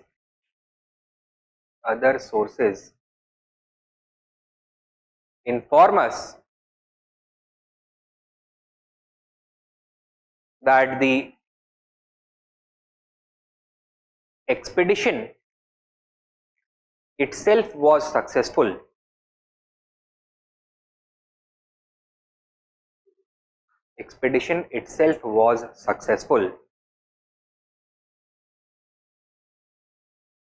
And Karachil was forced to submit.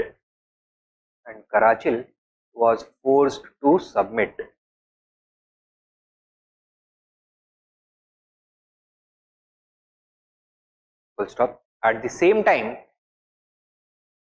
it was also extremely expensive.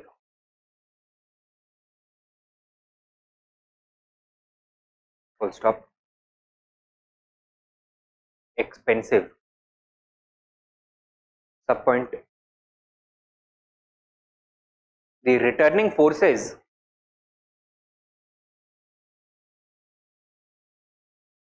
suffered greatly due to heavy rain and landslides.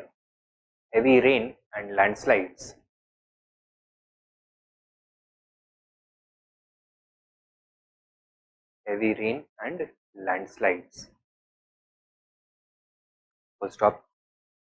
Next main point.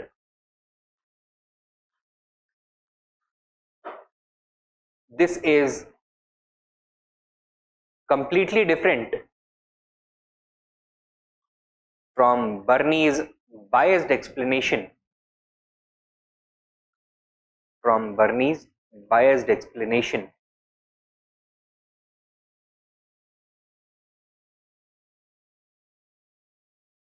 Blaming dishonest Hindu commanders for conspiring with the enemy.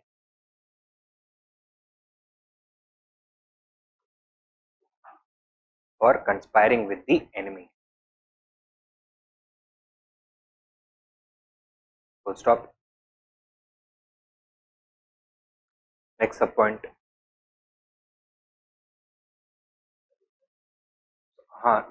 Next subpoint. Barney's report about the execution of the survivors also appears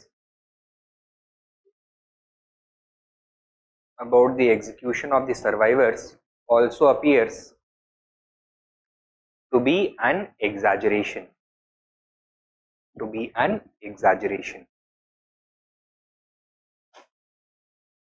Okay? So this was the Karachil expedition. Clear? Number 5. New taxation policy.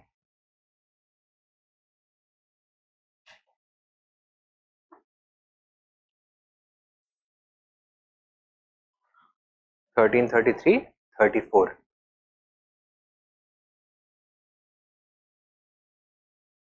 Now, Ghiyasuddin Tughlaq, the predecessor of Muhammad bin Tughlaq, had done away with all of the changes introduced by Alauddin Khilji. Alauddin Khilji ने taxation में क्या major change किया था? He had introduced the mashahat system of survey and measurement, and he had also increased the rate of land revenue to 50% of the total yield. Now, Muhammad bin Tughlaq had revived that practice of survey and measurement. He had also fixed the rate to 50% of the total produce.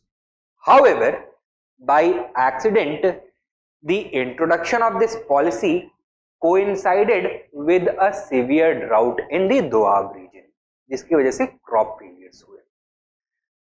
Secondly, the revenue officials were also extremely insensitive in their revenue collection. Now, the farmers were already experiencing major distress. Instead of providing them relief or providing them compensation for the loss of their crops, the tax officials continued to extract the correct amount, and even the corrupt officials were exploiting the peasants by extracting even more, by extorting money from them. A number of illegal cesses were being applied. The result was that agriculture collapsed completely. The farmers found it impossible to pay the revenue and the illegal cesses and to survive on agriculture alone.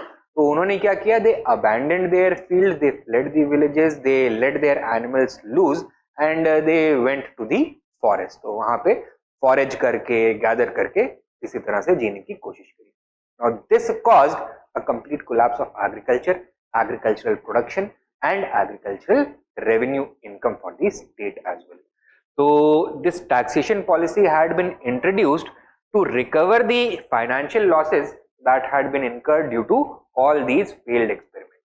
लेकिन वो जो economic crisis था, that was deepened further due to this new taxation policy. अब यहाँ पे उस जमाने के historians क्या बोलते हैं?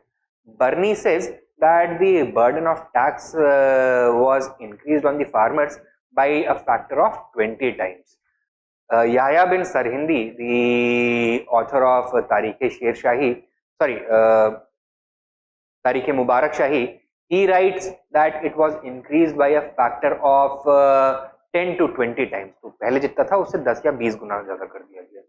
Isami says that it was increased by a factor of 2, so it was doubled. ठीक है? All of them were exaggerating the volume of taxation increase. 10 या 20 गुना कभी आपको लगता है कोई भी रूलर चाहे जितना भी पागल हो इंक्रीज करेगा इसे? नहीं कर सकता है. So contemporary tax and land records indicate that it had simply been restored to the earlier limit of 50%. Right? दिक्कत कहाँ पे हुई? That once एक तो severe drought आ गया and the administration was very lethargic in its response. Immediately it should have adopted a more sensitive policy, right? It should have stopped tax collection. It should have supported the peasantry to revive agriculture. However, the zealousness of the tax officials as well as their corruption made this problem, which was manageable, into a crisis that was unmanageable. And what was Muhammad bin Tughlaq's response to all of this? For an entire year, he did not receive any reliable reports about this. Okay? Now, मैंने बताया था ना that people were very afraid of him. He had the habit of punishing those who came to him with bad news and rewarding those who came to him with positive news. तो सारे officials के interest में क्या था कि इसको अच्छी reports भेजते रहे, right? None of them had the moral courage to send the correct report to him. It was when he was making a tour, एक royal tour पे निकला था, that he came face to face with the ground reality. Upon further examination, he learned about the truth, and then did he intervene और not? He intervened then, ठीक है। तो एक नया एग्रीकल्चरल डिपार्टमेंट इसने बना दिया, नेम दी दीवाने आमिर को ही। He also started the practice of rehabilitating farmers through this new department. He started disseminating good quality of seeds. He started giving the farmers farm credit, takkavi loans. He started helping the farmers in digging wells, right? So he took a proactive approach to recover from this problem. Now, दिक्कत कहां पे आता है? Was the policy itself unrational, irrational? No, the experiment had been done and it had proven before during Alauddin Khilji's reign. It could have worked in Muhammad bin Tughlaq's reign itself, but it failed due to a communication gap existing between the lower officials and the higher levels of government. Now, while Muhammad bin Tughlaq is partially to blame for this, other elements उनकी responsibility से उनको absorb नहीं किया जा सकता. They also should be held accountable. So yes, Muhammad bin Tughlaq may have been at fault, but others equally share the blame for this. Clear? Write down.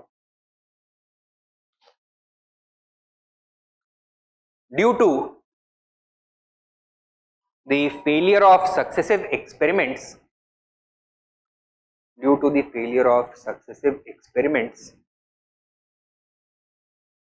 comma,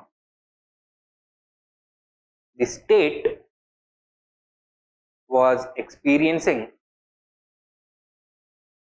a serious financial constraint.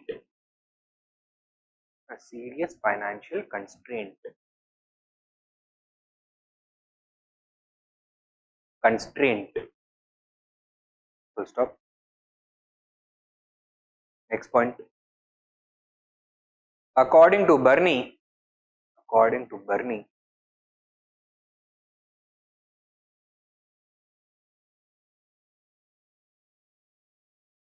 the Sultan introduced a new taxation regime in the Doab region,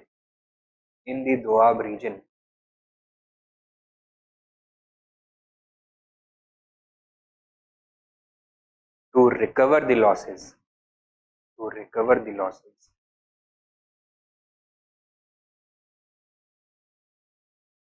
Full stop. However, his greed overcame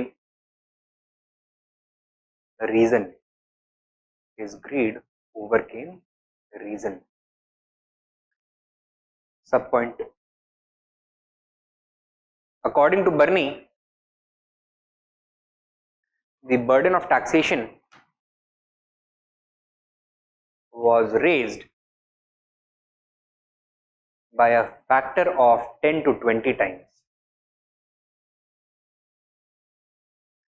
The rate of taxation was raised by a factor of 10 to 20 times. Next subpoint. Sirhindi says, Sirhind, Sirhindi says that it was increased by 20 times. Next subpoint. According to Isami,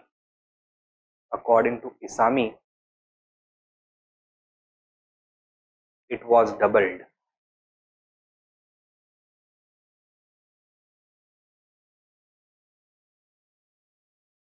Next main point. The farmers could not afford to pay such high taxes,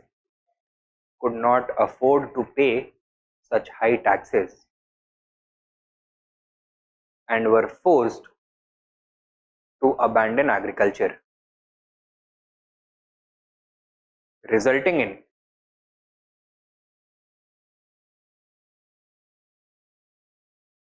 a collapse of food production and a severe famine in a collapse of food production and a severe famine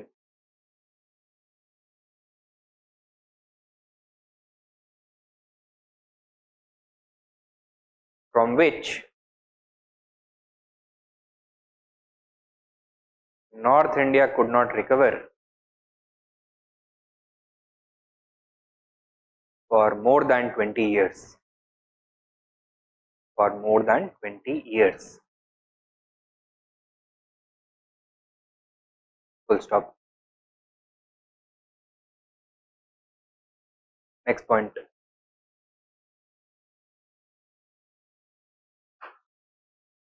On the other hand, contemporary land records indicate that Muhammad bin Tughlaq had simply revived the taxation policy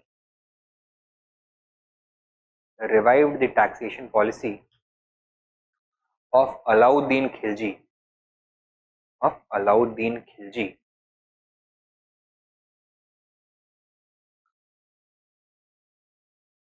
fixing the rate at 50% of the produce. Fixing the rate at 50% of the produce.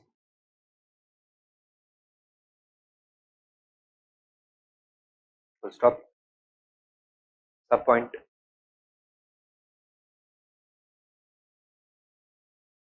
While the burden of taxation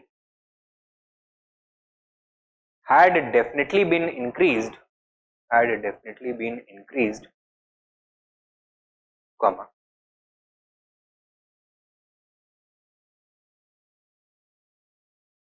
it was a reasonable increase.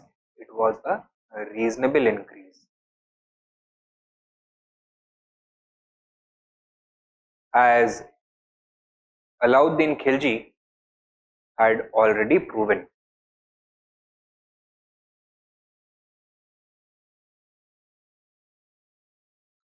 Next point. Had already proven. Next point.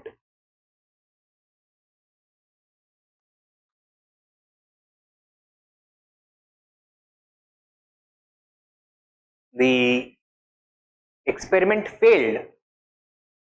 Next point. The experiment failed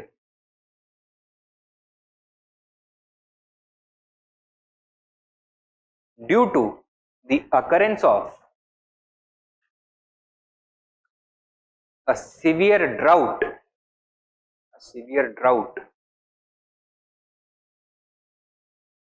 in North India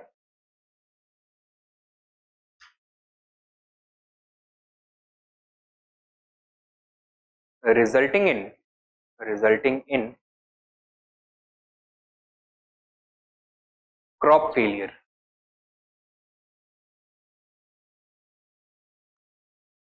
अगला सब point. Instead of suspending collection,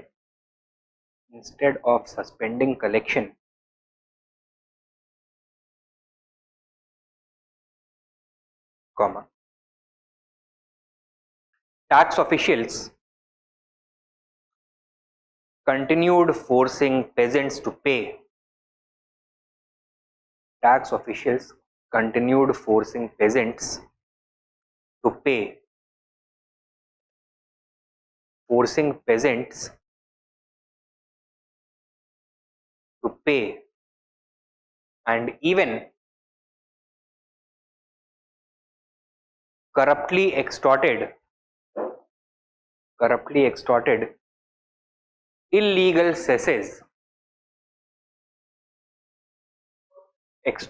illegal cesses. Called abwabs from them. Illegal cesses called abwabs from them.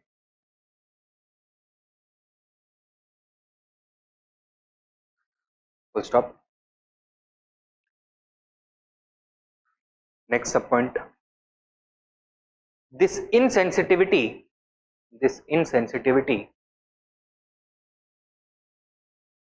and rigidness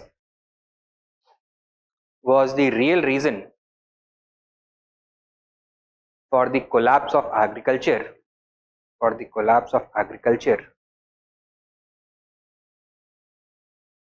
and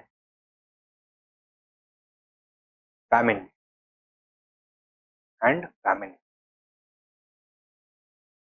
Next main point. When Muhammad bin Tughlaq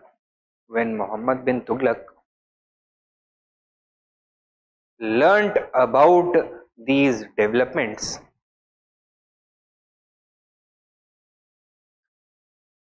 he immediately responded by suspending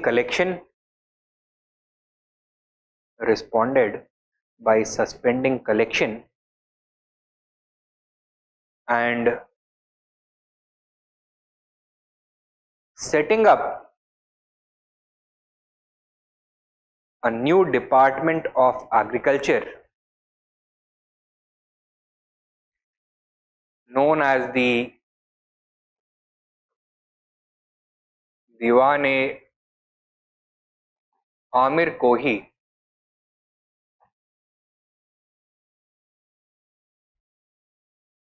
to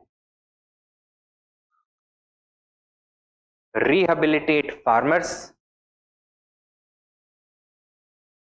and revive agriculture.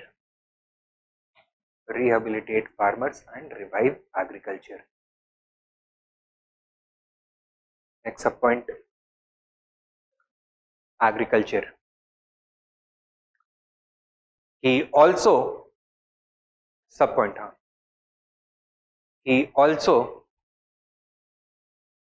promulgated a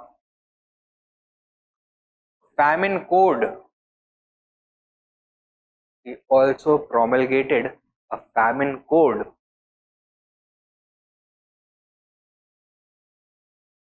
To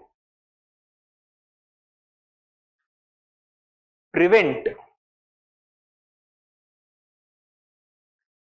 famines in the future.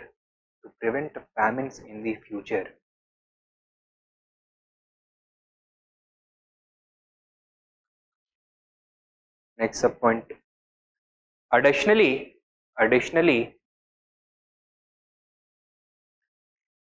he began extending soft loans known as Takkavi or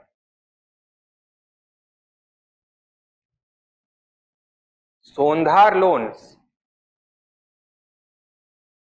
to farmers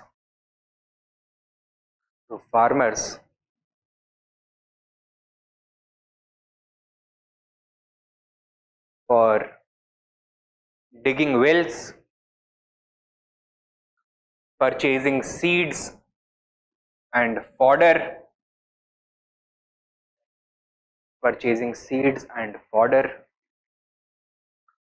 and to hire labor and animals, hire labor and animals. ठीक है. Next main point लिखो. Therefore,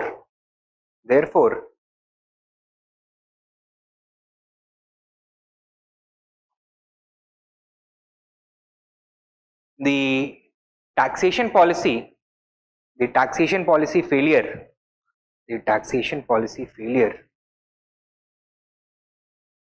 could not be blamed entirely on the Sultan.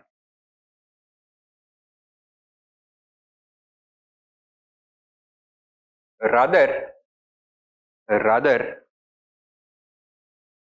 the tax officials were equally to blame. Were equally to blame.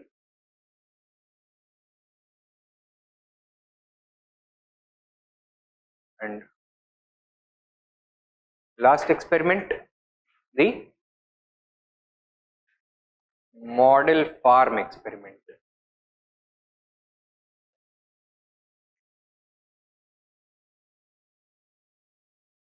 1337, 38.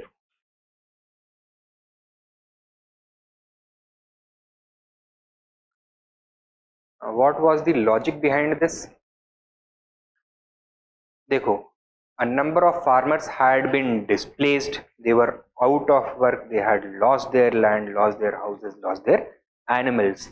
They had no means of reviving agriculture in the places that they had abandoned, क्योंकि वहाँ पे जो existing farmers, surviving farmers थे, उन्होंने कब्जा कर लिया था. They had started to cultivate their land. तो एक major pool of experienced workforce already present था. The Sultan thought that this workforce could be put to better use. अब अगर इनको बेसिक रिक्वायरमेंट स्टेट प्रोवाइड कर दे तो they could be given a new patch of land which they could bring under the law. And thus a large area measuring roughly 100 square kilometers was chosen, and sum of 70 lakh tankas was set aside by the Department of Agriculture to be distributed in the form of loans to the peasants over a period of 3 years. तो उससे seeds purchase कर सकते हैं, animals को higher कर सकते हैं, Wales को डिग कर सकते हैं, labour can be hired and cultivation can be expanded. This is going to benefit not only these farmers who would be rehabilitated, it is also going to generate extra state income. Is this a sound policy? Does it make sense? Yes, it makes absolute sense. Barney says that it did not have any chance to survive. Kyun? Because the Sultan, who had no direct experience of agriculture and who did not want to listen to the advice of his advisors, himself picked a parcel of land which was completely barren, unsuitable for agriculture. According to Barney, not a single inch of new land was brought under the plow. ठीक है, तो policy fail हो गया. The model agricultural farm led to further losses without producing much result. Clear? Reality क्या है? That the farm may or may not have been chosen in the correct location. That is a different question. The reason for the failure was the misappropriation and diversion of funds by the officials of the agriculture department. They were supposed to give the money that they were getting from the state to the peasants as loans, right? 3 installments में हर साल 3 साल के लिए हर साल इनको installment में देना था. Now instead of giving the money, most of the officials simply pocketed the funds. So farmers at the ground level received little to no state assistance. Now whatever they received, they could not use it to begin agriculture at a completely new location, क्योंकि जो मिल रहा था बहुत कम मिल रहा था. And at the same time, because the state was suffering from a financial crunch, वो जो तगावी loans दिए थे ना, याद है, the state had started asking the farmers to return them. तो जिन farmers को थोड़ा बहुत amount मिला भी, they diverted these funds to the repayment of those loans. So in the end, कोई real benefit derive नहीं हुआ इससे. Clear? And it put the state in an even deeper financial hole. Right? Write down. In a bid to revive agriculture and rehabilitate farmers,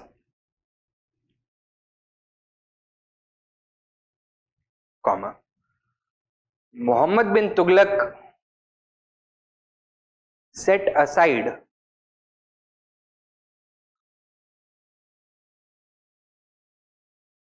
a sum of 70 lakh tankas 70 lakh tankas to be distributed among displaced farmers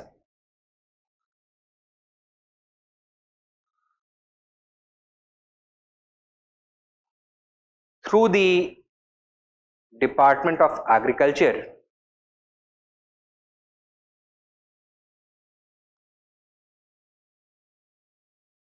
to expand cultivation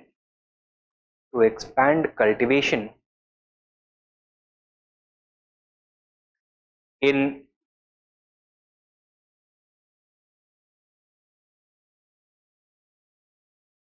a new region measuring roughly 100 square kilometers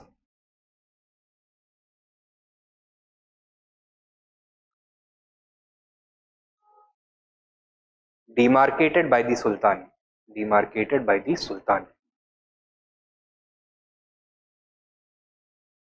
Next point. Bernie says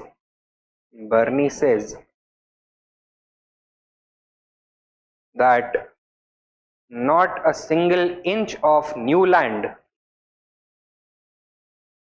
was brought under the plough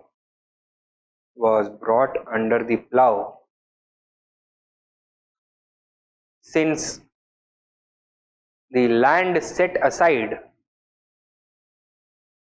was completely barren.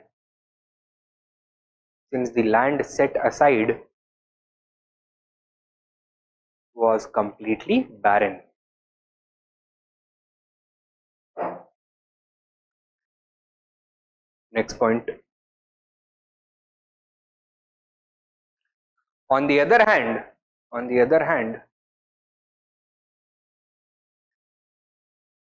modern historians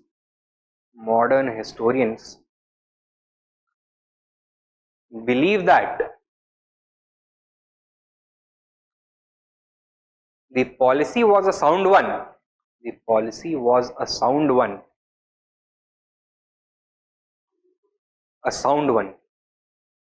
Sound policy था, मतलब अच्छा policy था. Was a sound one, but failed due to corruption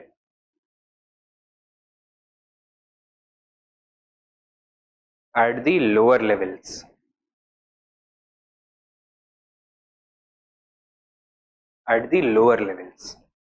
Subpoint.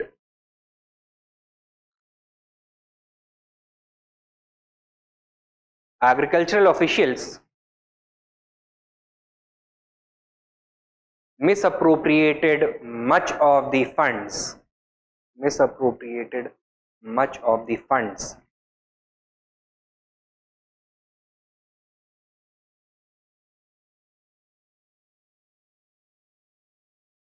Next subpoint. Misappropriated much of the funds. Next subpoint. Additionally, those farmers who received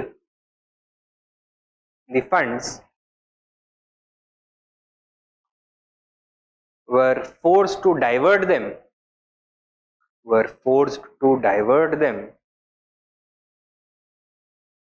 towards the repayment of loans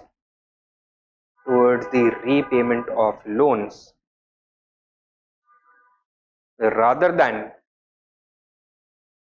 expanding agriculture.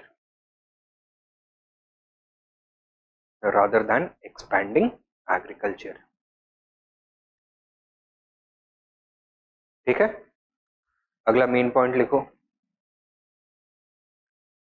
Therefore, in this case as well,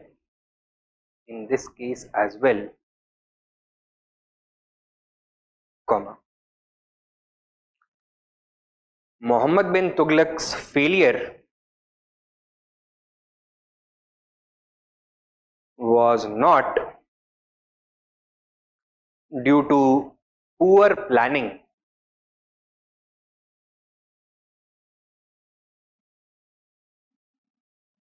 full stop. Rather, it was due to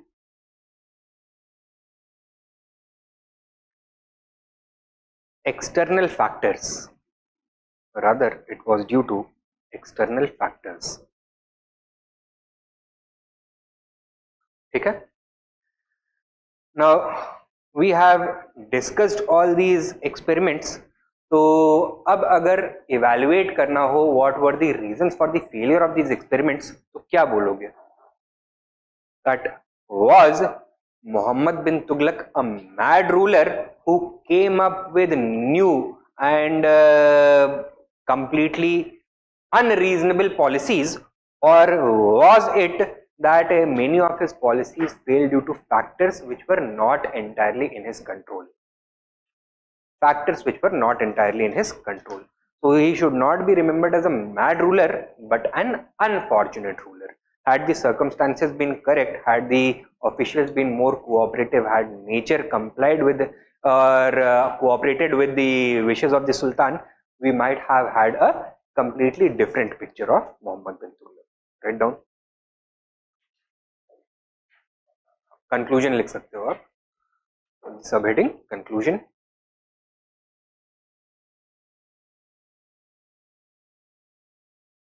Write down. In light of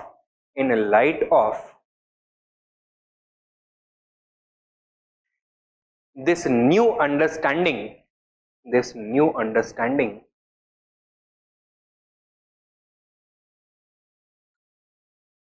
comma, the historical view of Muhammad bin Tughlaq has been updated.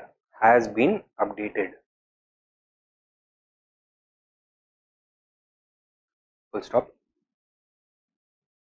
He is no longer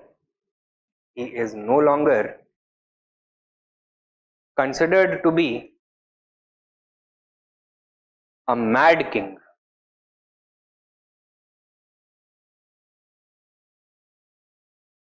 but an unfortunate ruler.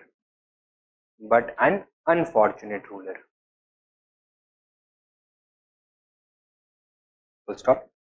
Many of his experiments failed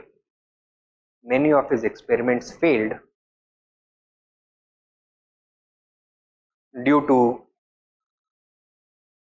factors which were not entirely in his control.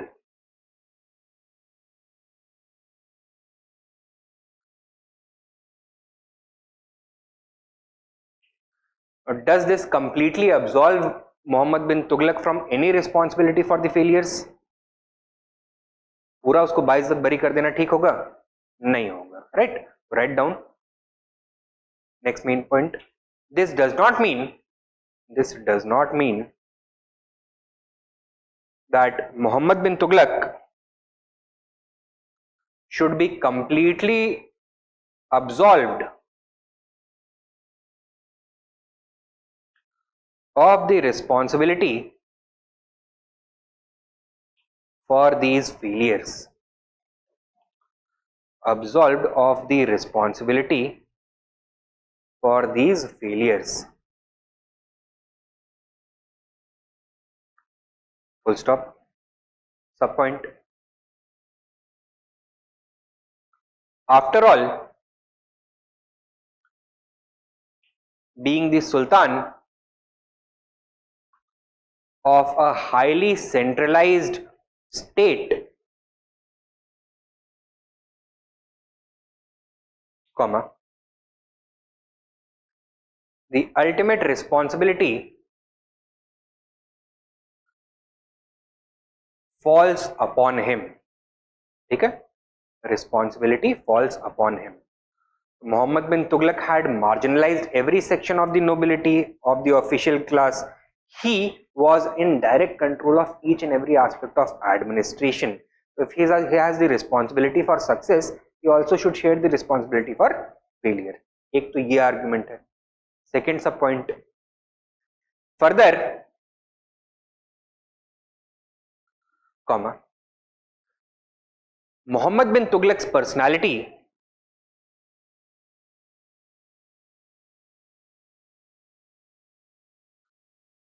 discouraged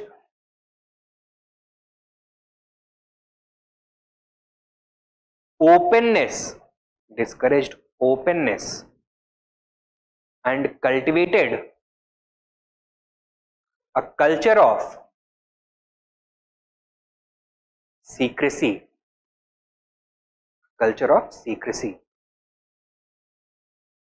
क्या पता था इसके officials को कि कुछ खराब news लेके गए तो हो सकता है वापस ना आए, right? Therefore secrecy was incentivized. In fact, misinformation was incentivized. Openness and honesty was disincentivized. So write down. This resulted in, इसी पॉइंट में, this resulted in poor policy feedback,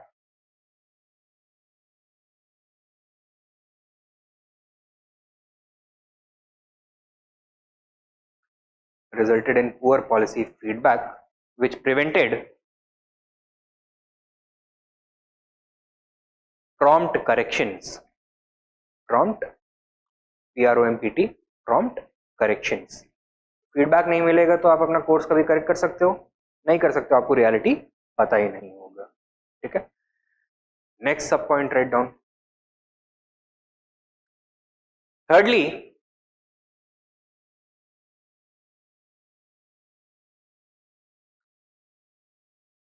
Muhammad bin Tughlaq's excessive despotism and militarism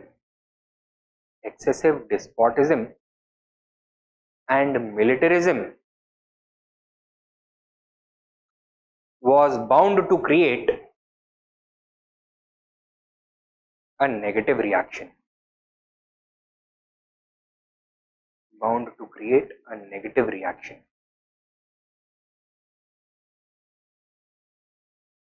क्यों? Excessive despotism and militarism were the reasons for the downfall of the Khilji dynasty. As soon as Ghiyasuddin Tughlaq had come to power, what had he done? He had removed despotism and militarism. Muhammad bin Tughlaq ने क्या किया? उसको revive कर दिया, right? And those people who had supported the Tughlaqs against the Khiljis now became the biggest opposers. They felt betrayed. तो एक fracture already exist करता था between the nobility and the sultan, between the ulema and the sultan. Now these fractures were widened further, so the sultanate was left weaker because of these factors. जो schism था within the sultanate, and Muhammad bin Tughlaq's actions further widened the gap. तो resistance तो होना पक्का था, ठीक है? So this was a political miscalculation. So here Muhammad bin Tughlaq shares the whole sole responsibility for the downfall of the Tughlaq dynasty. Main point लिखो.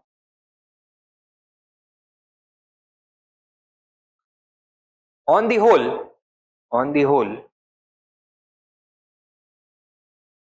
comma, while it would be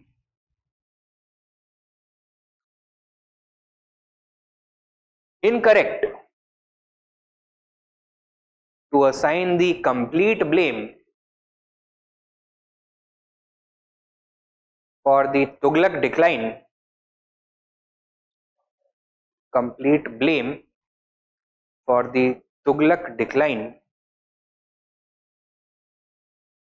on Muhammad bin Tughlaq, it would be equally wrong to completely acquit him.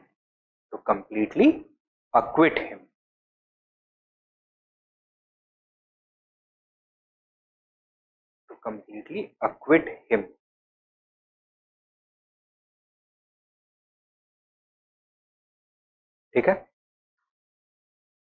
Next point लिखो. Towards the later part of his reign,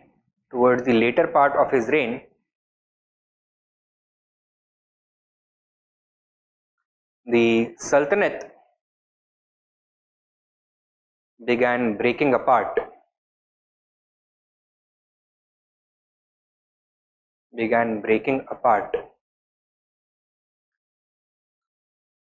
with rebellions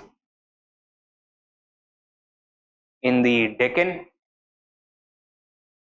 Bengal, and Sindh.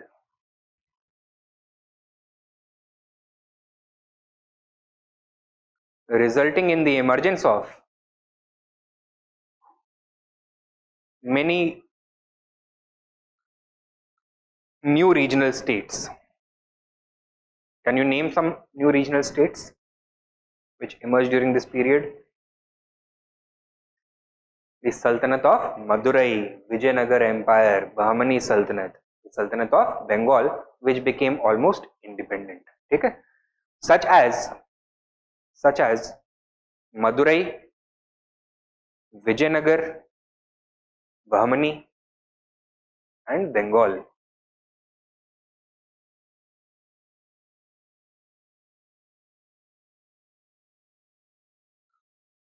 Full stop. Next point.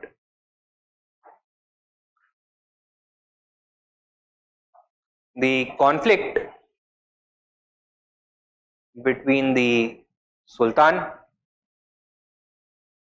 ulema, and nobility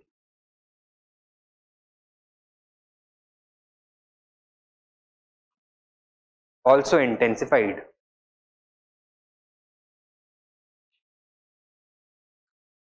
weakening the state, weakening the state, weakening the state. Full stop. Next point. This was a blow, main point, this was a blow from which the Sultanate could never fully recover. Could never fully recover.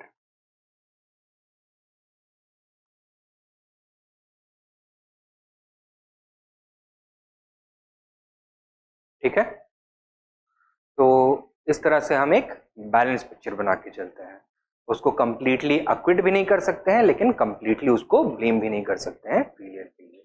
But at the same time his reign was highly consequential for the future of the sultanate. Not only the Tughlaq dynasty but the sultanate as a whole. Towards the latter portion of his reign जो rebellions और regional states emerge हुए, this was a blow from which the Sultanate could never completely re-emerge, and it continued to progressively weaken with time. Take down a question.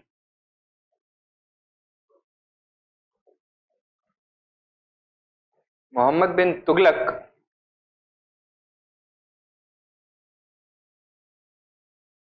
was a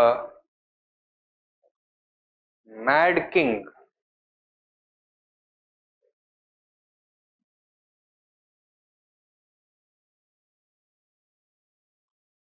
Critically analyze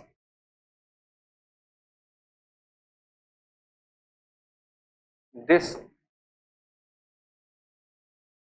statement in light of his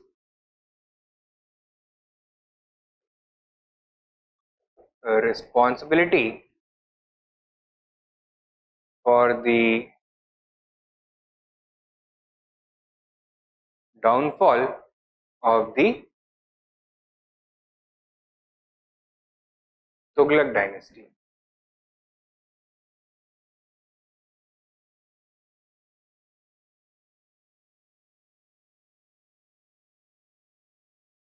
बताइए हो जाएगा? Word limit is 200.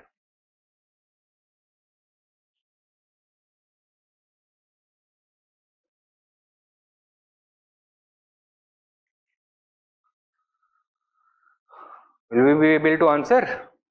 Question समझ में आया क्या करना है? अरे we need to assess the personality of Muhammad bin Tughlaq in an objective manner and discuss his responsibility for the decline of the Tughlaq dynasty. That is what we need to do. कर लेंगे? Experiment सारे नहीं लिखने होंगे obviously, इतना लंबा तो आप लिख नहीं सकते हो. तो you will need to find a way in which you can consolidate, condense all this information and present them in the form of the arguments that you want to make. अपने arguments को और strengthen कर लो. ठीक है, हो जाना है।